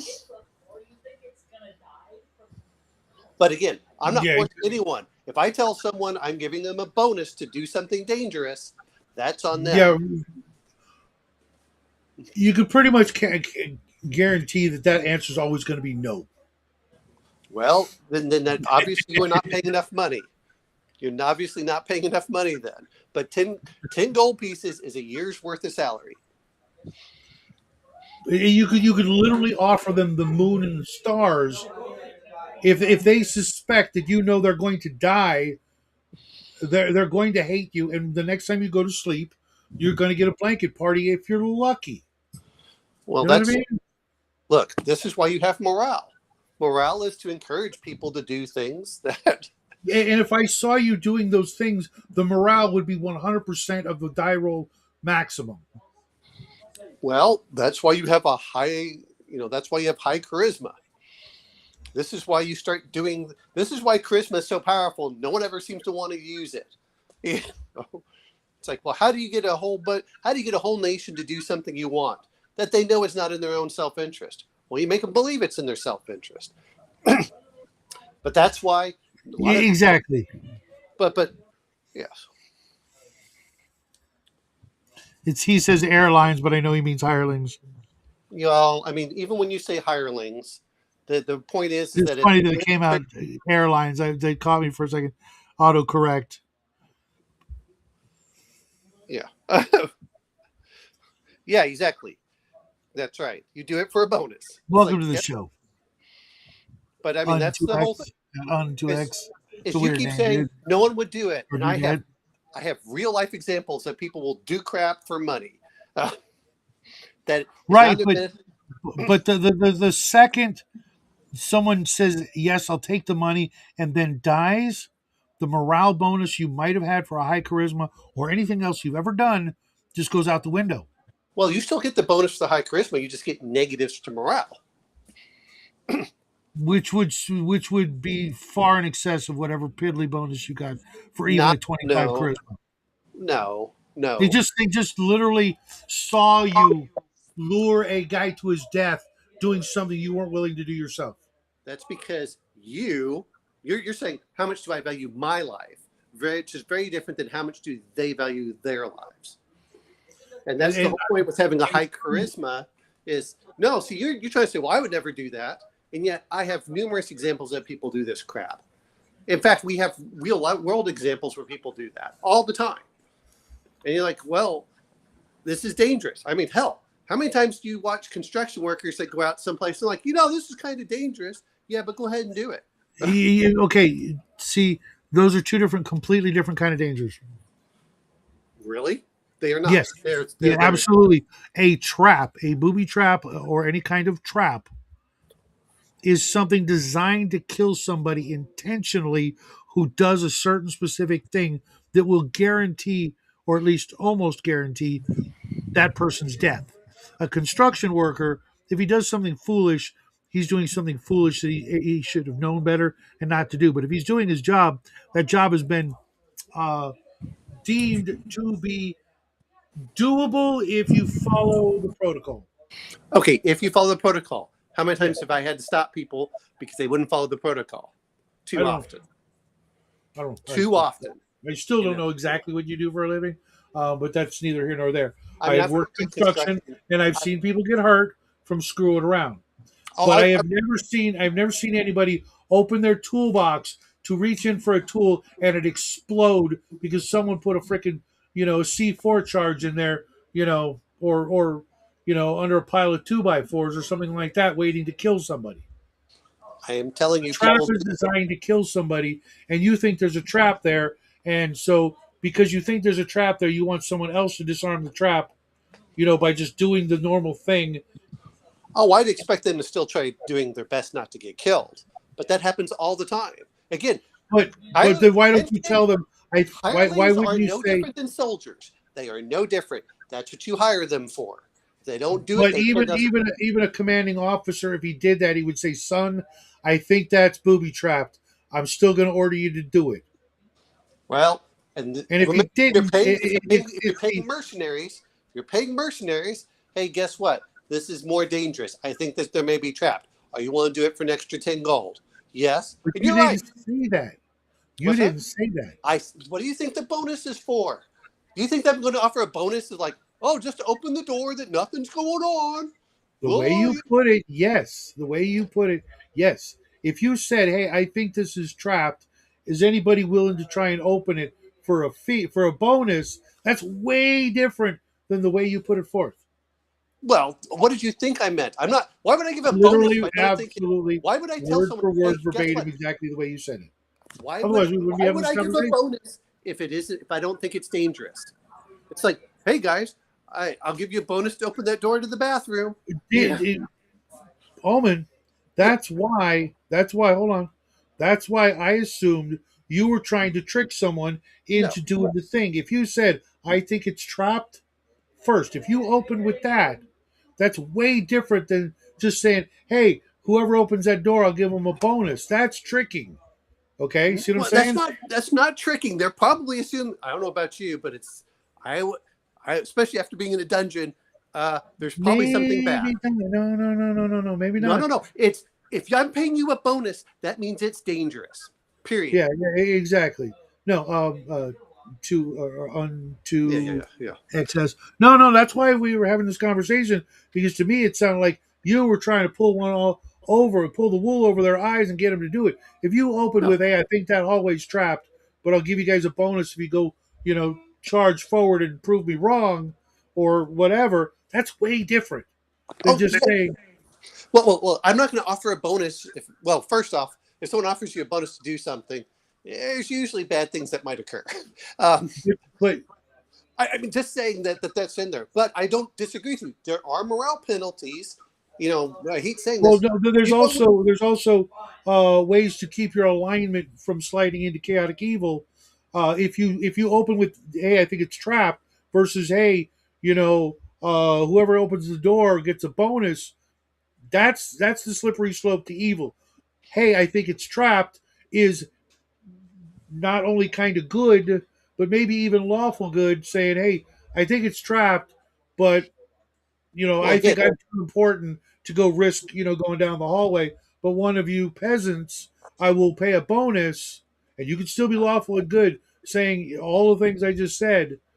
Because back in those days, if you thought you were better and you were kind of better because of station or position in life, you could literally say that and still stay lawful and good, and tell them, "I think it's trapped. Will one of you volunteer to go down there, and I'll give you a bonus?"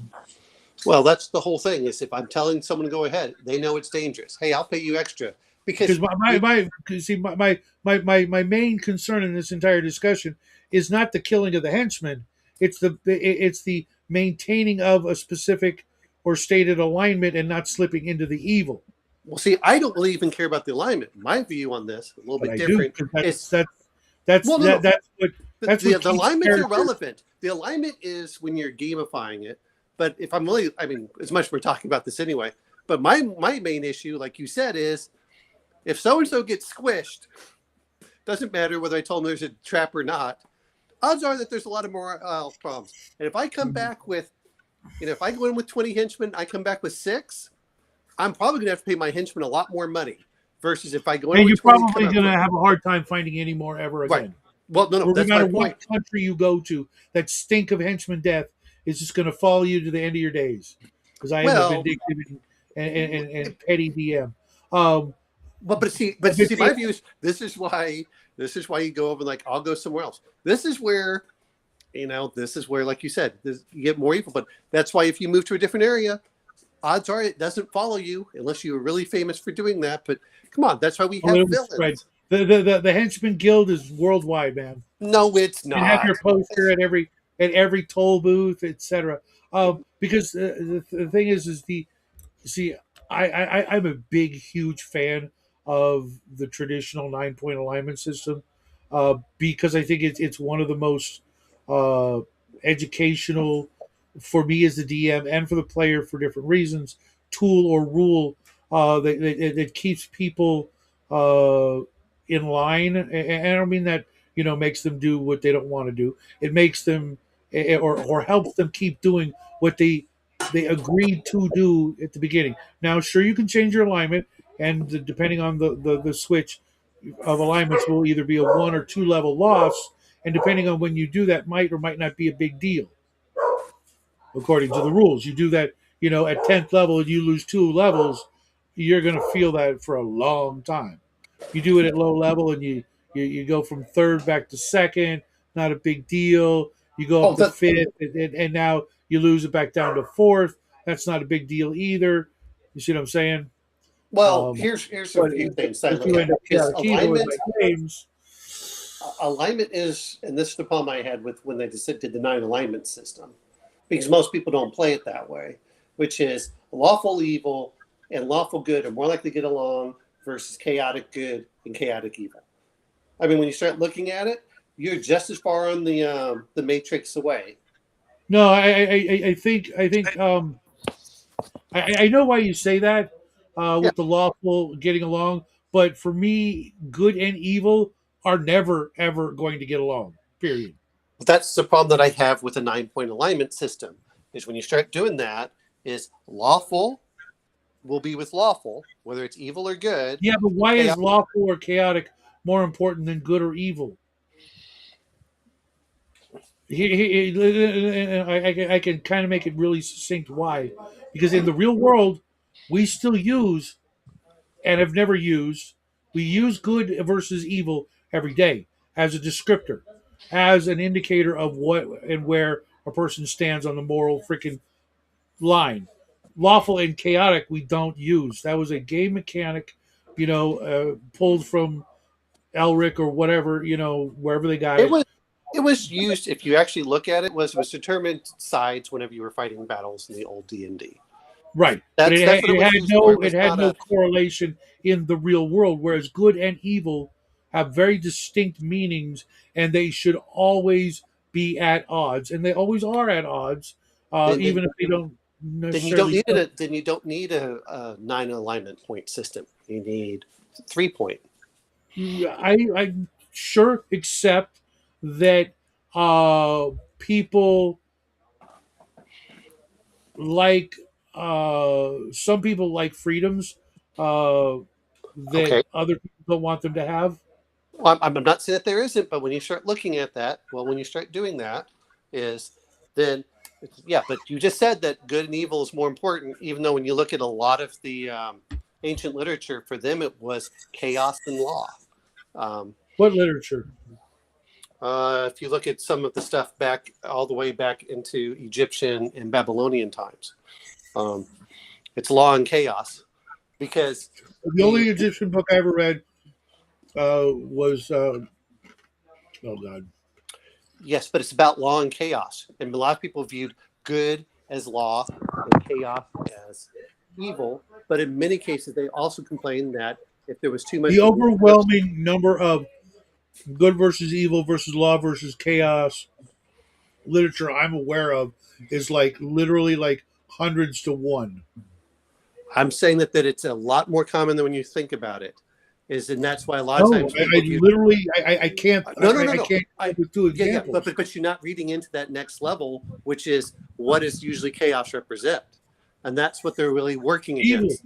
usually entropy or evil, That's entropy. But then they also talk about if there's too much law, that there's a negative, which is why I actually like the 5-point alignment system that they had for the original Warhammer. I think the first edition. not familiar with it. But so what they did is they did law, they did good, they did neutral, they did evil and chaos. And the point being is that chaos allows you to change things, law does not. And when you start looking at a lot of the archetypes, it's more of a law and chaos rather than a good and an evil. Which is why when you look at like Tiamat and a few of these others and Marduk, it's really law, chaos, and one's supposed to represent the feminine and one's supposed to represent the masculine, which is, Yeah, I honestly think that's just evil using something to get in the way of the actual truth of the matter. it's By well like chaos as smoke screens versus what's really important. Are you good? Or are you evil? well, but the point being There is is a the 9-point definitive alignment system. Yeah. definition.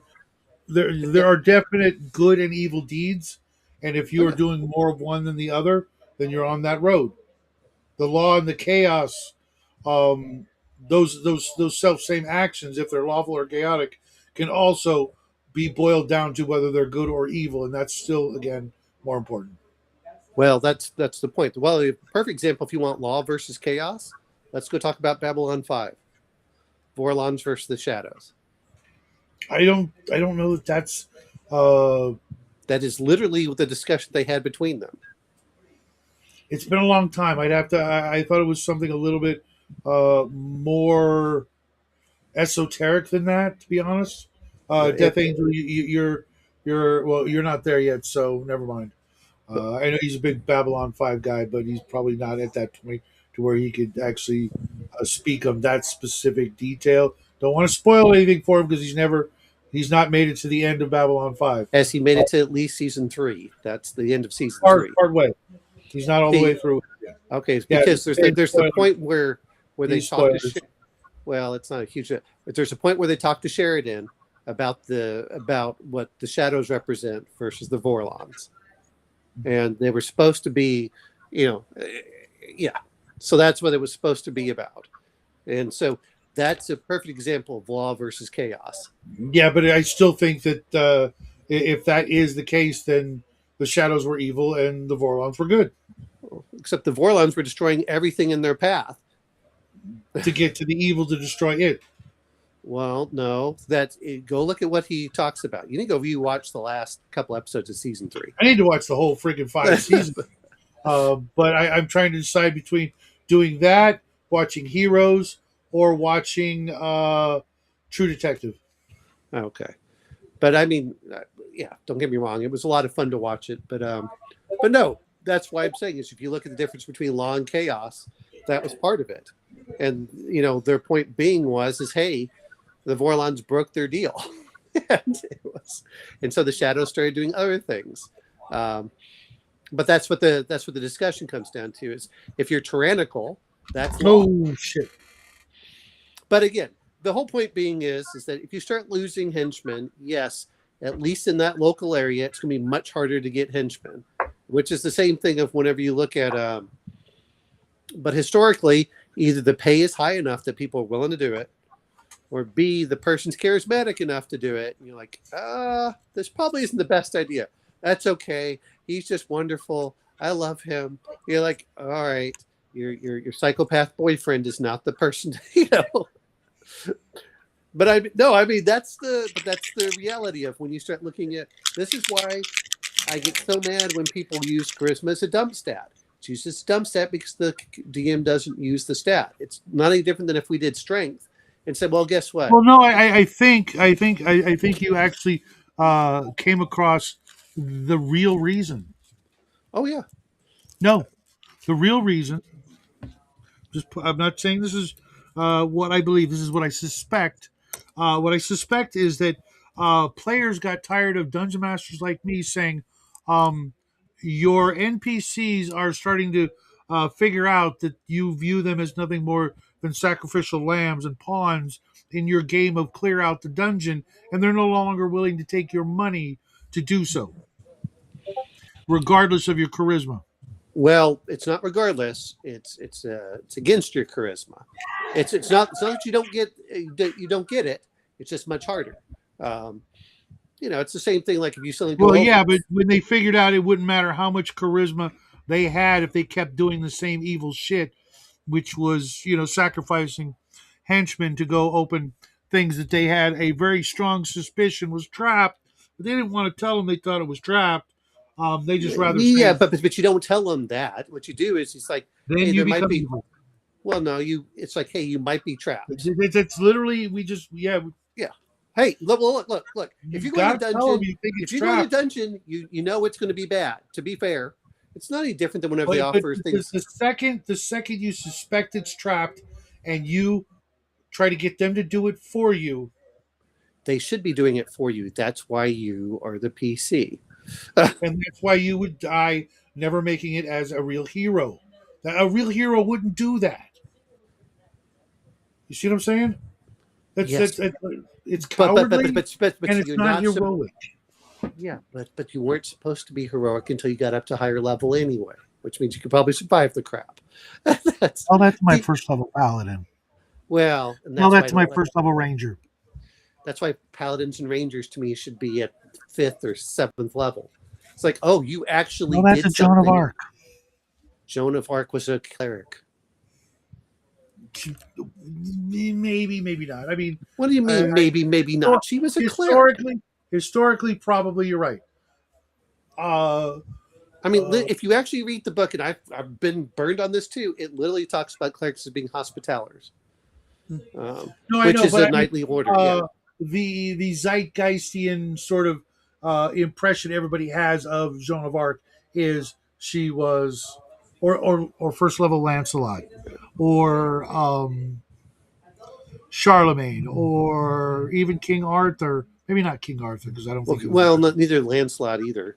Really, Well, he Galahad. might have lost his paladinhood once he started stooping the king's wife. But that's Well, me. He should have lost his head. that was Galahad. Galahad. Well, there were 3 of them that found Not the an grail. Excalibur. Excalibur is not a.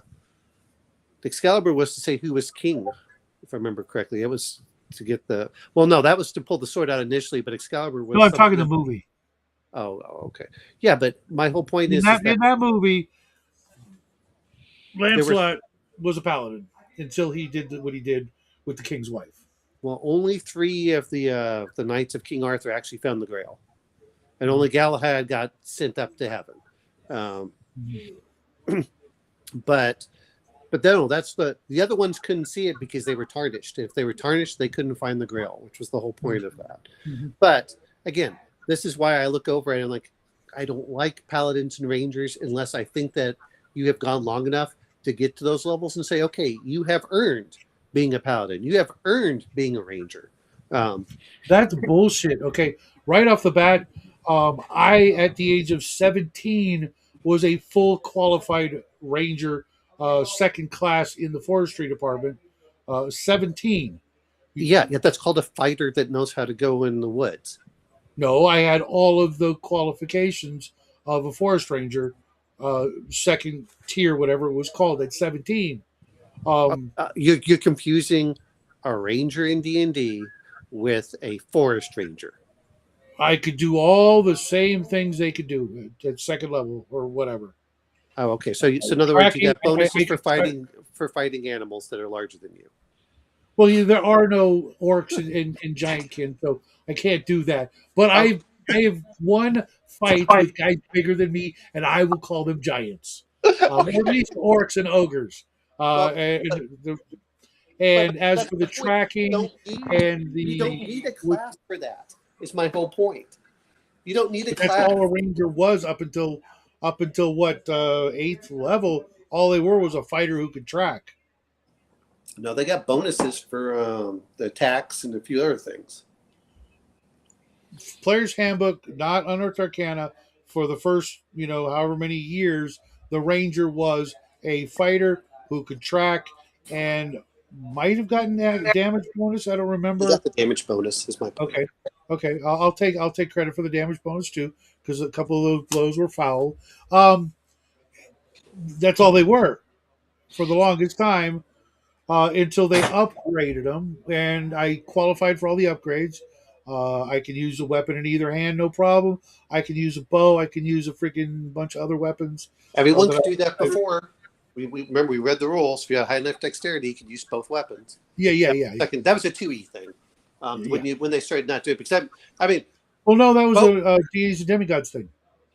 I remember reading. No, we were reading in the DMG, and it says, which is why I said, why the hell haven't I been doing this for years? Yeah, I worked for the Department of Agriculture early on because reasons, but But no, I mean, but it good to says see you again. Man. whatever your reaction bonus is, what you subtract from using two weapons, and it was a -4 and a -3. So if you use two weapons, I was going by the deities and demigods book that told you what your minuses were for dexterity of yeah, whatever. right. But in the Dungeon Master's Guide, it says whatever your reaction bonus is, because you have a -4 if you're attacking with two weapons, and it's -3, -4 if I remember correctly. And so if you had an 18 dexterity, which suddenly made thieves a lot more dangerous when they did backstabbing. Which is the thing that sometimes, and I have to be fair, I have to give credit to Bo because I never saw that until second edition. But it's buried. A lot of stuff is buried in the DMG that no one looks at, like level loss. And the player's handbook. I mean that whole fucking nonsense about freaking the identify spell is just like, so you literally you might as well have just said, "Oh, the identify spell," and the definition and description of it should be: no one can ever identify anything except the NPC sages and NPCs that the DM deems worthy of identifying your magic items, thus bilking you from thousands and thousands, if not millions, of gold over the career of your entire adventuring party. The end. Sorry, sucks to be you. Wait a minute. Let's not forget the worst part, which is the training. I mean, it's like, oh, well, you need 1,250 experience points, but by the way, it cost you 1,000 per, or whatever it is, 1,500. Thieves can't even get up to second level unless they have earned more XP than what they. It was. There's a reason that when I look back and review a lot of stuff in AD&D, I do not like it, and that's one of them. Which, to be fair, almost everyone I know played a combination of, and even you do this, of BX and AD&D. I take the things I like at AD&D, and then I use the rest of it as BX. I can't verify or deny that because I've never played BX enough. I played a couple of games, like one with you, and that's literally the only game I ever played. I read the book and I didn't like what I saw in it, so I don't know how that's true. Because I always thought I was playing AD&D with Well, Arduino. because most people that played AD&D dropped a lot of the rules and went with a simplified version of the BX, but they kept the stuff they liked. Like, oh, I like more hit points. I like the character classes. But no, I think there was I don't know if it was a CD compilation, but you can get all the Dragon magazines out there on the high seas or elsewhere for nothing. They had one, and someone uploaded it somewhere. I don't remember where that was. Okay, then that's how it got on the high seas, maybe. But if I remember correctly, and this was like we were talking about, and this is the thing this is what I probably get most frustrated with Gary Gygax, is he relied on the Sage's scrolls instead of, like when he did put out Unearthed Arcana, hey, let's correct the rules that we forgot, like we said with gnomes. Gnomes in the AD&D get points and bonuses, but they never put that in the rules. And then somewhere, if you read Sages, they're like, yeah, it makes sense they should get the same bonus that a dwarf does for against poison. Halflings apparently, and if this is true, I believe it was written in there, get +3 to using ranged weapons with slings. I'm like, that's a huge bonus for a halfling. All of a sudden you're like, okay, I'll just use my halfling and fling it out. I'm like, Happy damn. anniversary, Death Angel. So there were a lot of things that they put in there that no one, the Gygax didn't go back and fix. I forgot one of the spells. He just wrote like half the spell and just stopped. It's in the player's handbook. I remember hearing that. Well, it's one of the spells that I pull out every so often, and it's supposed to, and it stops. And the other part is, and I guess this is where I messed up, but it's supposed to be, and he never really explained it, but Constitution check or System Shock. If you take enough damage to die from a illusion, you're supposed to roll against that. But most players didn't, or otherwise you're supposed to be knocked out. There's a lot of things that he put in the rules, and I think some of it is, like you said, is people either ignored them, they got in the way. I know when I was a kid, we never played with henchmen. It's like, no, we're not going to play with henchmen. We're going to get everything ourselves. I've been playing BX. So it's like, let's get as many henchmen as I can. And we didn't lose very many either, because what's amazing is when you get like 10 henchmen, you can kind of roll through a dungeon pretty easily. That is why we're I don't know if it was you I was talking about. Yeah. With about 50th level characters. Yeah. Well, no, not 50th. In the old white box days Mm-hmm. and AD&D days, player characters got insanely high levels because they would do that. They would roll into a dungeon with an army of henchmen, and yes, the henchmen would get some XP, or the hirelings would get some XP. Sure. But the party members got all the gold and all the treasure with very little work involved. You walk into a dungeon with 100 archers, even if they're first or zero level, and you have them in ranks of 20s fire into the room, or 10s or whatever. Yeah. You're going to clear the room out. Their hit ratio is going to be crap, but you just rotate them, Oh yeah. or you just have them shoot until they die, like Omen would, and then you have the next rank of 10, in various, prone to standing, kneeling positions in the doorway, just shoot at everything that moves. Well, and eventually you walk through the dungeon like you own the place, and then you take over the place, which should also net you some XP if you keep it. Yeah, we cleared out the Caves of Chaos and we turned it into our summer home. It's Right. already, excavated. We threw some mansions up on top of the hills, and now we, dug a couple of stairways, patched up the doorways down below, and we got ourselves a nice, Well, I mean, even when you're looking at hirelings, and that, like I said, is when we did ours, I think we hired 3 archers and 3 footmen, and then we bought them much better equipment, which means, okay, we didn't want them to die. We bought them much better equipment. Like, okay, here's your chainmail shirt versus your leather shirt. Hey, here's this weapon. Hey, here's this, and that's what we were spending most of our money on, was equipping our henchmen. So they were less like, and then we bought a bunch of laborers, so we didn't have to dig crap out.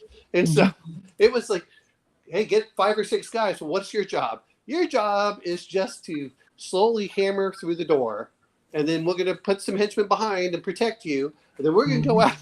And I think, that's one of the reasons that I like henchmen. Now, that said, this is why everyone wants to buy better equipment. But then when we were doing it, it's like, I don't need to buy the best equipment. I just need to buy more henchmen, because henchmen were just like a few gold pieces. Again, this is BX. We're a few gold pieces per day. Whereas, some in like an AD&D, I'm like, sometimes they were silver pieces a day. Oh yeah. Well, they were. It was crazy. Look at the prices for they were all different, but you could get people for dirt cheap, and you pay them ahead, for a week, and you're a week into the woods and you're still not there, and they're like, well, when do I get paid again? It's like, what difference does it make? You got nowhere to spend it. Don't worry, you'll get paid when you get home. That's what you think of carrying gold out into the freaking forest? No. Exactly. You want to eat? Shut up then. You know, but that was what it starts coming down to. Is it starts becoming a wagon train. And but I, but that's why I think a lot of players and DMs don't do it. You always have one guy that's going to do all the logistics. But then guess what? When we were down in the dungeon and they were protecting stuff, we would come back up and we would be like, "Hey guys, look, we've got 400 pound, 400 or 500 pounds worth of gold and stuff." And they're like, "Yeah." Like, okay, let's head back. You get a little bit of extra money. Whoever goes in the dungeon. Have you ever read any of the Wee Warrior Adventures? I'm not familiar with them. Palace of the Vampire Queen, The Dwarven Glory, and I forget the third one. You can get them on eBay. They're the first officially ever printed Dungeons and Dragons white box modules. Okay. And one of the very first encounters in the very first one is a dwarf with a submachine gun. Okay. Oh, yeah. That was, that's the way they were playing back in white box. This was not rare, but the treasure that one would find was insane. I thought Arduin was like crazy Gonzo Monty Hall, but then I started looking back at there's one dungeon in one of the three modules for the Wee Warriors, and in this dungeon there's either 2 or 3 500,000 gold piece gems, and you're like, well, that's insane. You can never sell it. Blah blah blah. No, but you get a competent gnomish gem cutter who could break it down into smaller increments, or you could just use it to bribe somebody. A dragon or something. That wasn't like there was millions more gold in these dungeons. They would just freaking, try to outdo each other with more and more treasure and more freaking monsters guarding ridiculous, stupid amounts of treasure.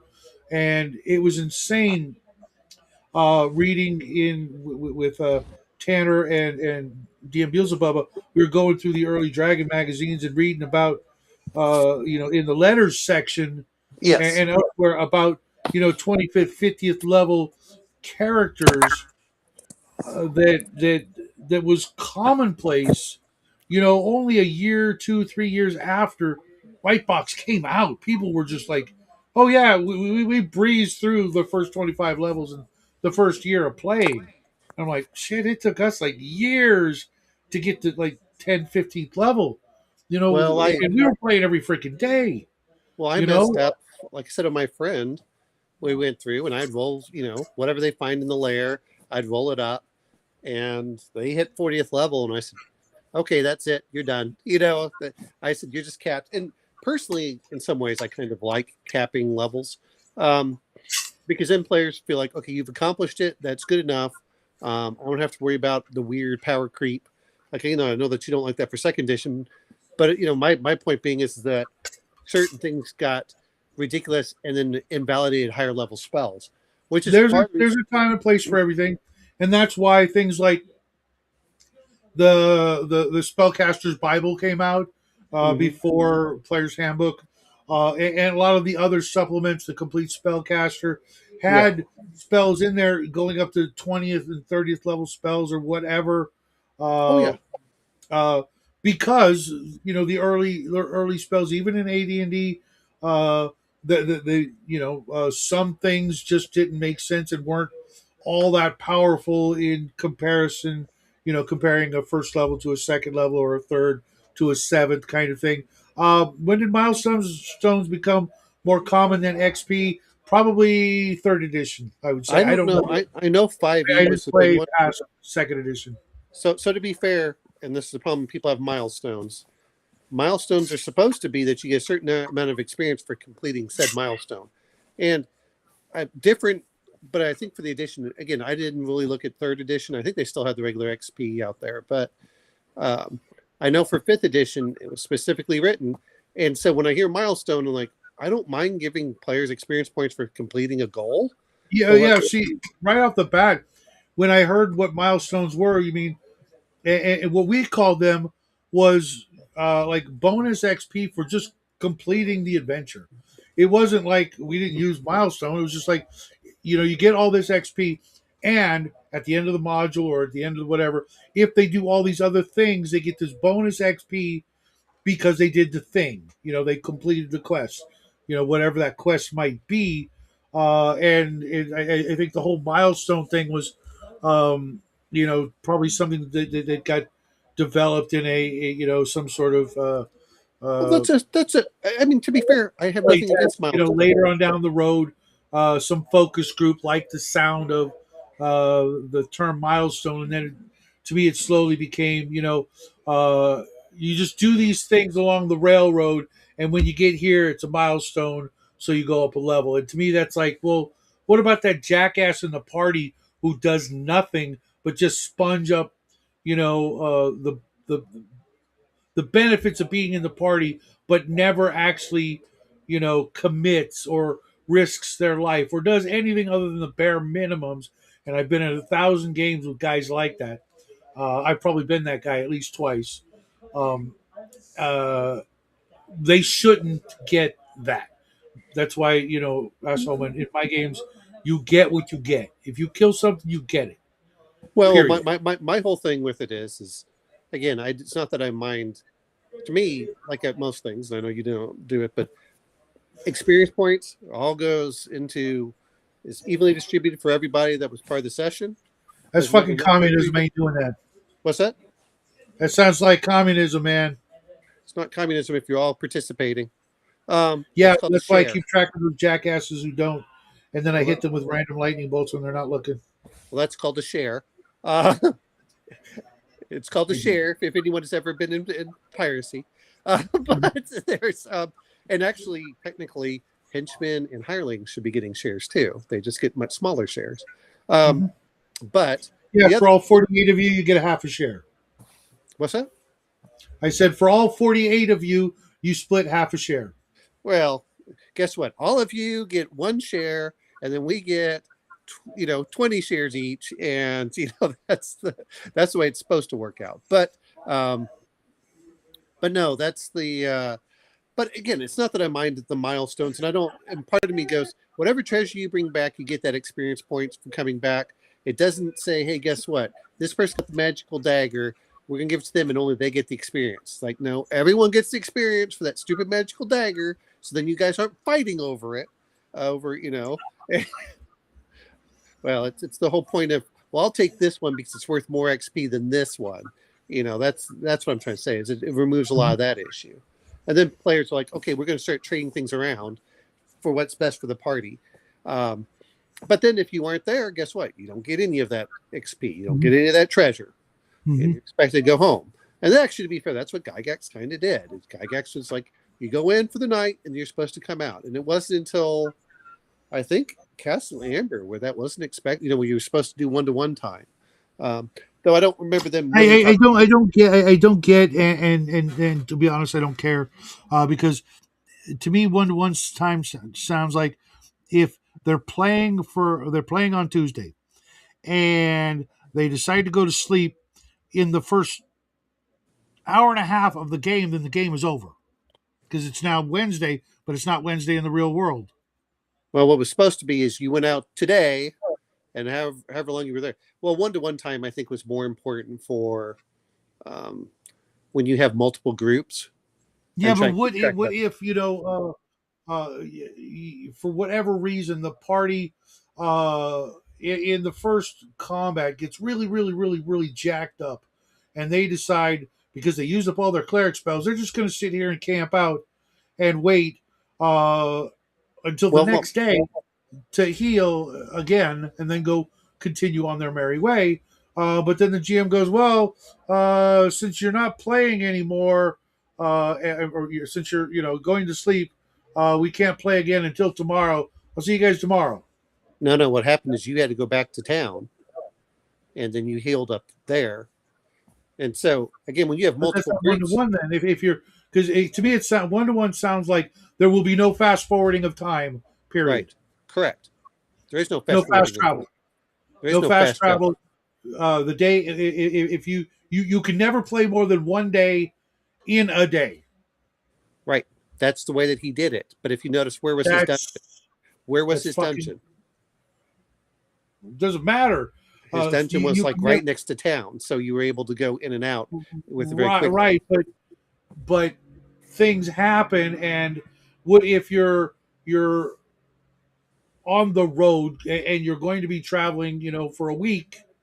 Come back tomorrow and we'll play the next encounter. Oh, I already rolled up the encounter. There is no encounter, so you don't have to show up tomorrow because nothing's going to happen. Kind of, yeah. That's the way he did it. If you That actually was read it, fucking, that's well, asinine. no. You're thinking, yeah, but you're not playing with 50 players. I would never think to play with 50 players. I don't have that kind of an ego, or desire to Yeah, I but you have to realize he's running. Remember, they were running multiple games at the same time, and so if you left the dungeon, guess what the next party did? Hey, we're going to the dungeon. So if you weren't fast enough, they got all that treasure. yeah, I get that it was a stopgap for making the dumb mistake of having more people playing in your games than you could actually afford to dedicate a proper amount of time to be a good and proper DM and give them an experience that is more than just like, you know, fan lip service. Like, okay, you showed up, we're gonna play, but you only get to play for 37 minutes because I got another group coming in at 12. No, you got to play. If you showed up for that day, you got to play that day. But if you didn't show up for, which is why they were expected to go home every night, because then you went home, and then the next day when you ran the game, that was that whatever party member showed up. But then the other point is when he was doing this, is when you're also looking at training and stuff. Well, guess what? Your character's going to take 2 weeks. You want to play the next 2 weeks? You better roll up another character, which is why I think in certain cases, and this is what I think that a lot of people don't understand, for the newer players, I only play my one character.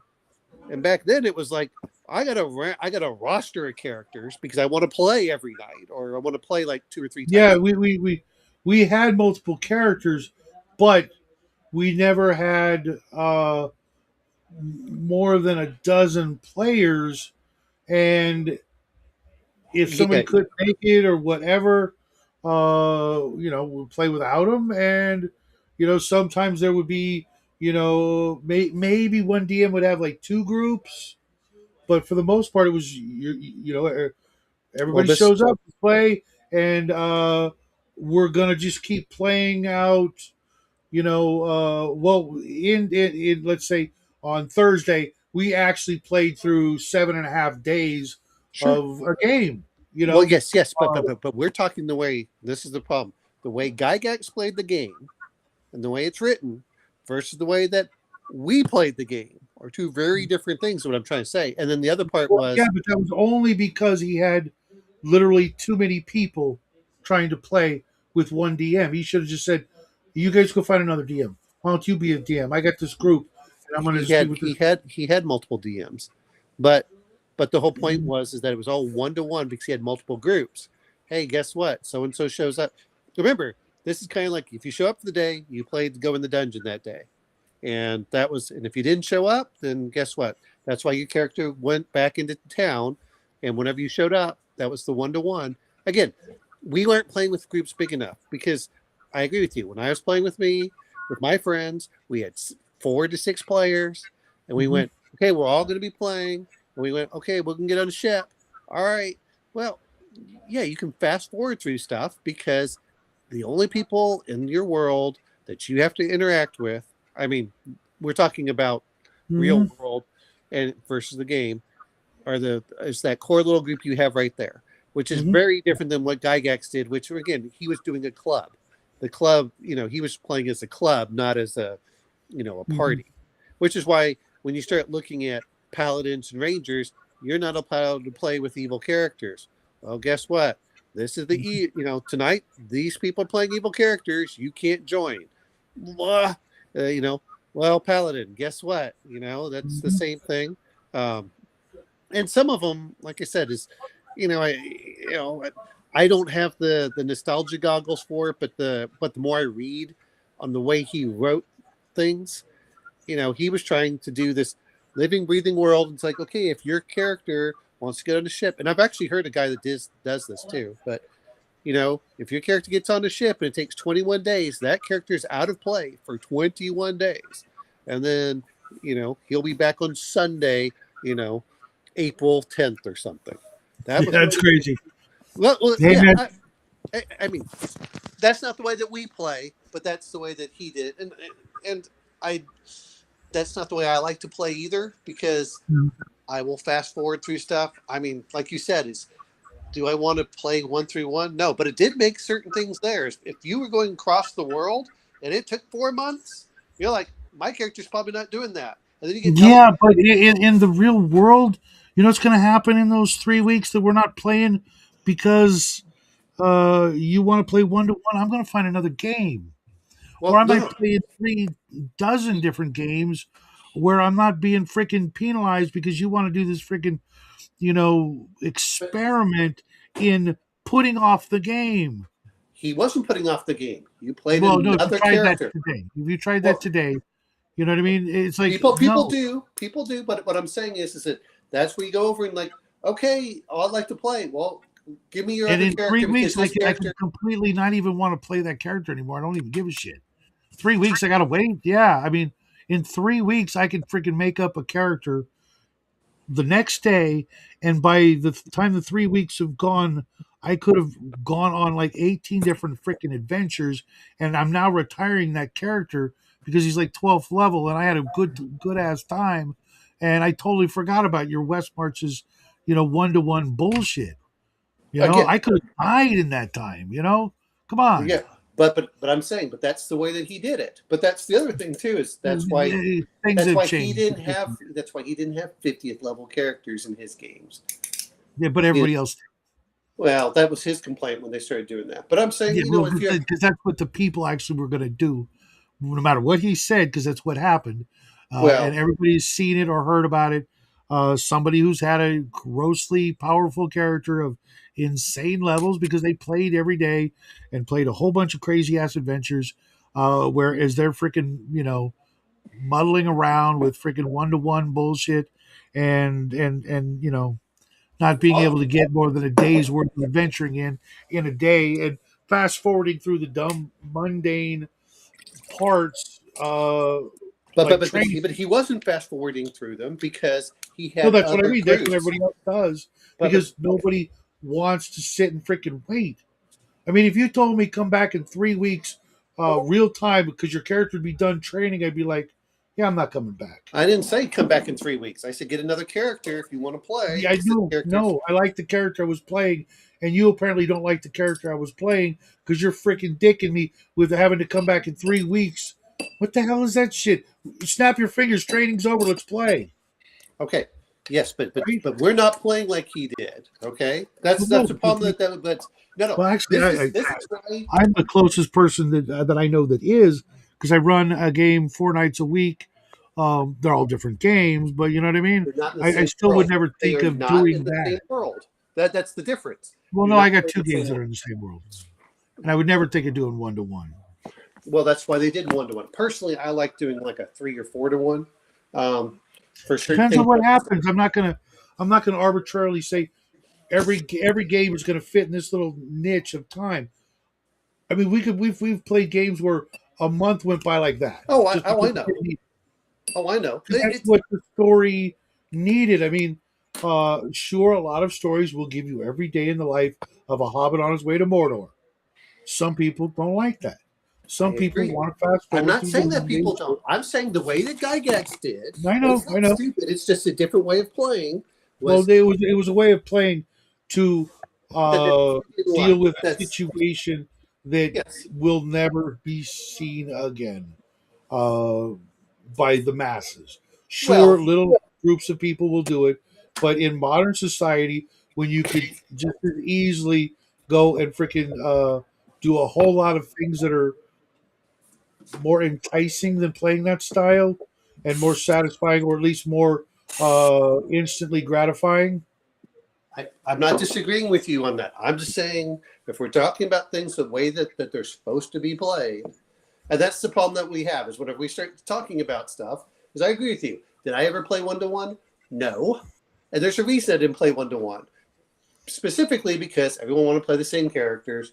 We didn't go through we didn't go through the round robin. I didn't have 40 people to play with, which would make more sense. I mean, that would be very different if you're going to go, hey, guess what? We're going to do this, and that's like you said with training. Oh my God. If you start reading training, but if you read one in there, it says a high level magic user. What was a high level magic user to Gary Gygax? 7. 6th level. And and I understand where he's coming from. He wanted certain. I mean, that's one of the reasons that I think that the first edition Dungeon Master's Guide is so good. Is it explained his logic. Now, like most of us, great. Now you've given me all of the background of why you did things, and now I'm going to change it, understanding what's going to happen. Which is what I really look at whenever people talk about they're going to change the rules. I don't mind changing rules as long as you understand what's going to occur. But that's why you're supposed to play raw at the beginning to understand the implications. It reminds me of the same thing of when they talk about critical hits. Well, who's going to get more critical hits against you? Usually the monsters, because you fight monsters a lot more often than you're doing for attacks. But yeah. I'm not against criticals. I just don't like natural 20 criticals. I've never liked. Yeah, I think. And I will always say this: a critical should be dependent on what you roll on the damage die, not the hit die. Because if you roll a crit and then you follow it up with a 1 on a D8 damage, you didn't really crit nothing. To me, critical, if you're really going to do it, then either do maximum damage, or, and this is what I liked having to do with Axe when they give the optional right thing. But how many times have you been in a game where crits were just double damage and you rolled a 1 on the damage die? Yeah, but I was okay with that whenever I had a high strength. But yes. But for all the other players who didn't, their crits were meaningless. Well, it's the same thing with backstab. Hey, but I get but 4X. think about it like this, though. Think about it like this: if it's kind of like my version of the crit is like exploding dice. You roll max damage on the damage die, and you get to roll it again. That seems more like a critical hit. That I would actually prefer in certain cases, but I also don't mind whenever they did it like we like for Axe. You do have exploding. I use the exploding 20. Well, that's what I just demonstrated. But I mean, on XS, if you roll a hit and you do maximum damage, and then you get to do the exploding die or double the damage or whatever because you rolled the 8 or the 6 or whatever, then you double the damage. That feels like you critically hit them. But if you roll a 20 and then you back it up even with another 20, okay, it's critical. Now roll your damage. I rolled a 1. Yes, but see, my real issue with it is critical should not just be damage. No, but if whatever you did is only going to do 2 points of damage doubled, I'm okay with it if I knock him prone. I mean, unless you go, okay, you did 2 points to his heart and he's dead. Well, then what the fuck are hit points? That's a different thing. What I'm referring to is when I say for criticals. That's why I said I like for Axe is it does things like break weapons, break shields, damage armor. It's not a critical. Knocks you down. That's a critical. I've never been in the hospital because somebody broke my shield. Yeah, you don't have to. The whole point of the critical is to do something more than just damage. That's my point. Yeah, it should be just kill you, not break your stuff. No, that's my point. There are two different things that we're talking about. I understand what you're trying to say is critical should do more damage. And my view is no, critical should do something besides damage. Because then it makes it interesting and more exciting. No, it slows the game down. Well, you're telling me about my broken shield, and I'm all ready to roll roll the next initiative. I don't give a fuck. I already did the math. Okay, my armor class is lower. Let's move on. You know what I mean? That's not exciting. That's not dramatic. That's just a penalty. I'm over it. Let's go. But if you go and I roll a critical and I freaking disemboweled him doing 87.5 points of freaking damage as his guts flop out on the ground, that's different. That's exciting. That sounds like a critical hit. I fucking critical hit him. You know what I mean? Well, that's Or right. I Well, to choked me, off his is head, again or what I I like. freaking What I like pierced his for eyeball. That well, sounds like a critical hit. well, the point being is that I like it where it's like you already do your damage, but I like it when it has some other effect. Yes, guess what? And again, it depends on your definition of critical hits. To me, more Yeah, damage does well, I make mean, things more interesting. if the critical hit means I hurt that person's physical body, yes. But hit points don't represent that until the last 5 hit points. Well, if the damage adds up to his last 5 hit points, But you again, know, most of the time, whenever we say that damage, not that players do it, but that's what it's supposed to be, is you're getting winded, you're getting through. Oh, he almost cut me. Oh, it's little nicks, it's little cuts. Which we well, that's to be fair, that was D&D. But if you're playing like another game, that you don't have to use that. You could just say it's all physical, freaking blood cells and bones and skin. right, There's no luck, there's no stamina, none of that crap. If I do 37 points of damage, something's falling off your ass. right. You see what I'm But saying? that's but that's not D&D. We're talking about D&D here. Otherwise, but again, Well, you keep bringing up axe, well, I bring up Axe because it's a that's not BX D&D. derivative. It's a BX derivative, so it But does the it's same not. thing for hit points. So Does it use the same like definition in when it describes hit points? yeah. Okay, because I've never read that. Yeah, if you look at it, that's exactly the point. Well, the point is Because as you get higher, it stands to me, if that's the case, then and luck is written in there, then there should be things that do specific luck damage. well, You know what I mean? that's Like a luck technically what's meter or a that's why curse. that's what traps are supposed to represent too, which no one actually figures out. Oh, the block falls on you. Well, do you know what that 15 points of damage is? It's not that the block fell on you; it's that you barely evaded the block and almost hit you. That's what that 15 points of damage Yeah, is but supposed to be. that's so vague as to be almost meaningless without further exploration and delineation of what luck means in respect to hit points and things doing specifically targeting the luck aspect of your hit points because an arrow doesn't affect your luck when it hits you in the stomach. Right, but that's why when you have first level, you don't have the divine luck and stuff like that. No, That's you've what got levels are if you're supposed to lucky. represent. Levels are If you're supposed to lucky, you got represent X also a number of hit divine. points. Well, that's supposed to be a divine part of why you get more hit points at lower levels. That's what. It's not that you suddenly become But twice as tough at second level, but 3 times tough at third, and then 6 times as but tough at sixth. But okay, see, that still doesn't work because why does it take me so long to regenerate my luck? Either I'm lucky or I'm not. You know, does it Yes, come and because your go? luck runs out, and it takes a while to regain it. It's also Can divine I just favor. drink a luck potion? That's what healing is. I mean, that's what. You see what I'm saying? Luck is just thrown in there as a Hit points are quasi supposed to filler. represent a lot of different things in there. It's supposed to represent fatigue, But luck, and also health. There's a reason that you get but a if high you thing get for stabbed, custom. if you get stabbed in the shoulder, But you're not getting stabbed in the shoulder. You're getting stabbed at the shoulder. You're getting no, nicked in the shoulder. if I take a cold shot, Even if I do, let's say, 50 points of damage against someone that has 90 hit points, that does not represent that I'm bleeding out everywhere. That's mostly, oh wow, that it was should though. That's more exciting. You're saying it's more exciting. I'm not saying it isn't, but the point being is that's not what hit points represent. But they only represent it when it's in when it's in the favor of the situation and not when it should be also in favor of other situations. Well, that's why certain traps did damage. Like I said, Well, is if the damage suddenly came down, let, you were let- lucky. let me pose Yeah. you an example. Shouldn't I be able to expend my lucky hit points in other things besides just getting hit by weapons and damage? Couldn't I expend my luck in trying to, oh, I don't know, traverse this rope bridge and not falling, or picking this lock, or learning this new language, or trying to decipher this code or this puzzle? No, because you're talking No. about divine favor. Remember, No, I luck want to get represents lucky. divine favor. It is not. It's Friday night. I'm out on the town. I'm looking for someone who's out to trot. I want to use some of my hit points to get lucky. Nope.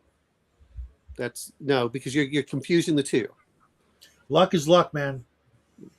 Yes, it's also divine favor. Go read what it actually says for hit points. Yeah, but and why get is that it answer. only expended in this particular instance when there are quadrillions of examples Because of, that's the way that he people wanted to luck, do it. That's the way that he but wanted it to do it. doesn't make If you really sense. have an issue, guess what?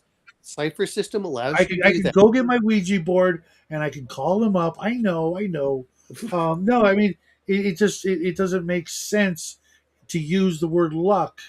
Maybe Well, it fortune. represents luck. Is your luck is that you weren't decapitated. It came over and cut some of your But my hair, but luck didn't only decapitate you. comes into play when I might take physical damage. It never comes into play any other time.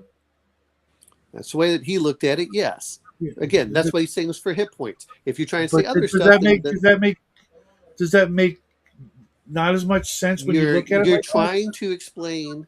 I'm saying if you actually read the rules, again, we're talking about a game, and the game has rules. Yeah, I'm I not know. saying if you want to do Cipher System, Cipher System did exactly that. The Cipher System said, "Oh, you want to burn health? Guess what? You can become luckier for stuff." And that's It was choice. just, I mean, because someone had obviously thought exactly what I thought and put it into a rule. Because if you're going to describe hit points as luck, then what is luck? Luck is usually mean that you don't die from stuff that would kill No, normal it doesn't people. mean you don't die, because you can get lucky and win millions of dollars at a crap table. You can get lucky and guess an answer. You can get lucky and go the right way when you're lost, and those have nothing to do with taking physical damage or avoiding taking physical damage. And we use the word luck for many things, and it's not always because we didn't die from doing something that would have caused us physical damage. Okay, you're trying to apply stuff Logic, I outside the know. game. I know. No, What no, would no, make no. it? You're not applying logic. What you're doing is you're trying to apply definitions that are outside of what he defined as for the game. Again, Yeah, if but you I don't want to, remember writing a dictionary. did you I'm not good. read that DMG? That DMG is like 8 fonts. You know, if it was a modern day book, it'd be like 600 pages long. But you just said I'm trying to, you know, use Well, the definition no. of the You're word trying to in its argue proper stuff. context. I'm saying what do hit points represent? And that's why when you take damage from a falling trap, it isn't because you got shot. It's because I luckily it missed me. That's the way he's using it. And that's the problem is everyone doesn't do that. They don't say, he did this. Just like Because my if point you is get hit by this. an arrow, if you're 6th level and you get hit by an arrow, it probably was just like, ooh, that'll leave a nasty bruise tomorrow, but it hit the armor and didn't go through. Yeah, you got I know, hit, I'm but perfectly aware of it. It's just that there should be other ways to lose luck besides in combat, if that is in fact the definition he's using. he's Or not using that hit combat, point. not What he said combat is hit points were a combination of luck and stamina, and that's what he said. Experience, as things well like as that. strength and thank you, exactly. You can still get an STD. It should be a little more defined, and he should have taken the advantage, taken his own words and used them, because there could be other situations that cause you to lose hit points because you're losing luck through I various. I I agree with you. Is I thought it would be a much more interesting thing if he'd done that. If he said, "Hey, you can burn hit points and give you bonuses to your saving throws." Or if, like, for example, um, a witch or a magic fellow, a rival magic user cast any one of the curse spells, and it did actual hit points of damage in your luck, instead of it making you -1 to hit and saving throws, which could be completely fucking meaningless if you did it to a magic user who just happened to have a +3 ring of protection and a couple other magic items, to where they were making saving throws on 2s anyways. Omen. What? Oh, hey, no, you get mad at me because I'm playing a gnome that No, no, gets no, no, spell no, no. bonuses. I'm using you as an example of Yeah. characters that, some of the scariest spells have no effect whatsoever and will never have any effect, because they've played and they've acquired a trinket or two that make them immune to like all but the freaking most unluckiest of days. I know. Well, look, there's a reason I actually like playing lower powered and low fantasy games. Um, I was looking at Because none of that shit comes into play. You make up a character every other session. I get it. Yeah. well, it's not that you make a character up every other session. Like I said, is the only time that I had one. Like, he had 2 hit points. He still survived an arrow shot, and we were dead at 0. It just so happened that the I attack don't know was. if it does I'm just gonna call you because your name What's is that? just like it's hard for me to read from a distance. Um and why does it have a J as your symbol? Anyway, the but no, there's a lot of things that when we start looking at. But this is why I think that the more fun stuff is usually, which is why they did most of the adventures at the lower levels. Um, but because sometimes, man, I see this with my friend complaining about this. Is this going anywhere? Yeah, go read the rules, Mini Warmat. Hey, Manny Warmont, have you never seen this show before? I know. If it's just me and Omen, we're gonna talk about something that who knows? I mean, we're It's each going to somehow magically take completely opposite sides of a discussion just for the sake, even if we both don't believe the words coming out of our mouth, just to argue a philosophical or a mechanical question. I well, don't know and why then it always happens, right? well, that's true. Well, and to be fair, you and I probably you say that D&D is one of your favorites. I like other systems more. Of course I do. I have a lot of time invested, but out of the 4 or 5 games I'm running, one's AD&D, the other 3 are not. Right. And if I could run another game, it wouldn't be AD&D. Like I told Omen and the guys, this is probably my last AD&D game for a long time. When it comes to a close, I'll be running other stuff. I've got half a dozen games I'd love to be playing, but Ape shall not unfortunately, kill ape. Ape shall not kill ape. that's one of them. But I'm also in the mood for something sci-fi and something X-Files ish. Uh, or I, maybe I will one of these days actually run my Venture Brothers role playing game. But Owen, I'm gonna have to say goodnight to you because I yeah, really need to Sunscope's use the good. restroom. It's a church night. I got church in the morning, and I want to make sure I talk to the kids before they leave because I just want to see how much fun And they have. I won't be here tomorrow because I got to get up early in the morning on Monday to go head Okay, out. no worries. So, No worries. Take all care, right, brother. have a good night, all. Everybody else out there, have yourself a great weekend. I will see you guys first thing Monday morning. Until then, you know the thing. Happy trails.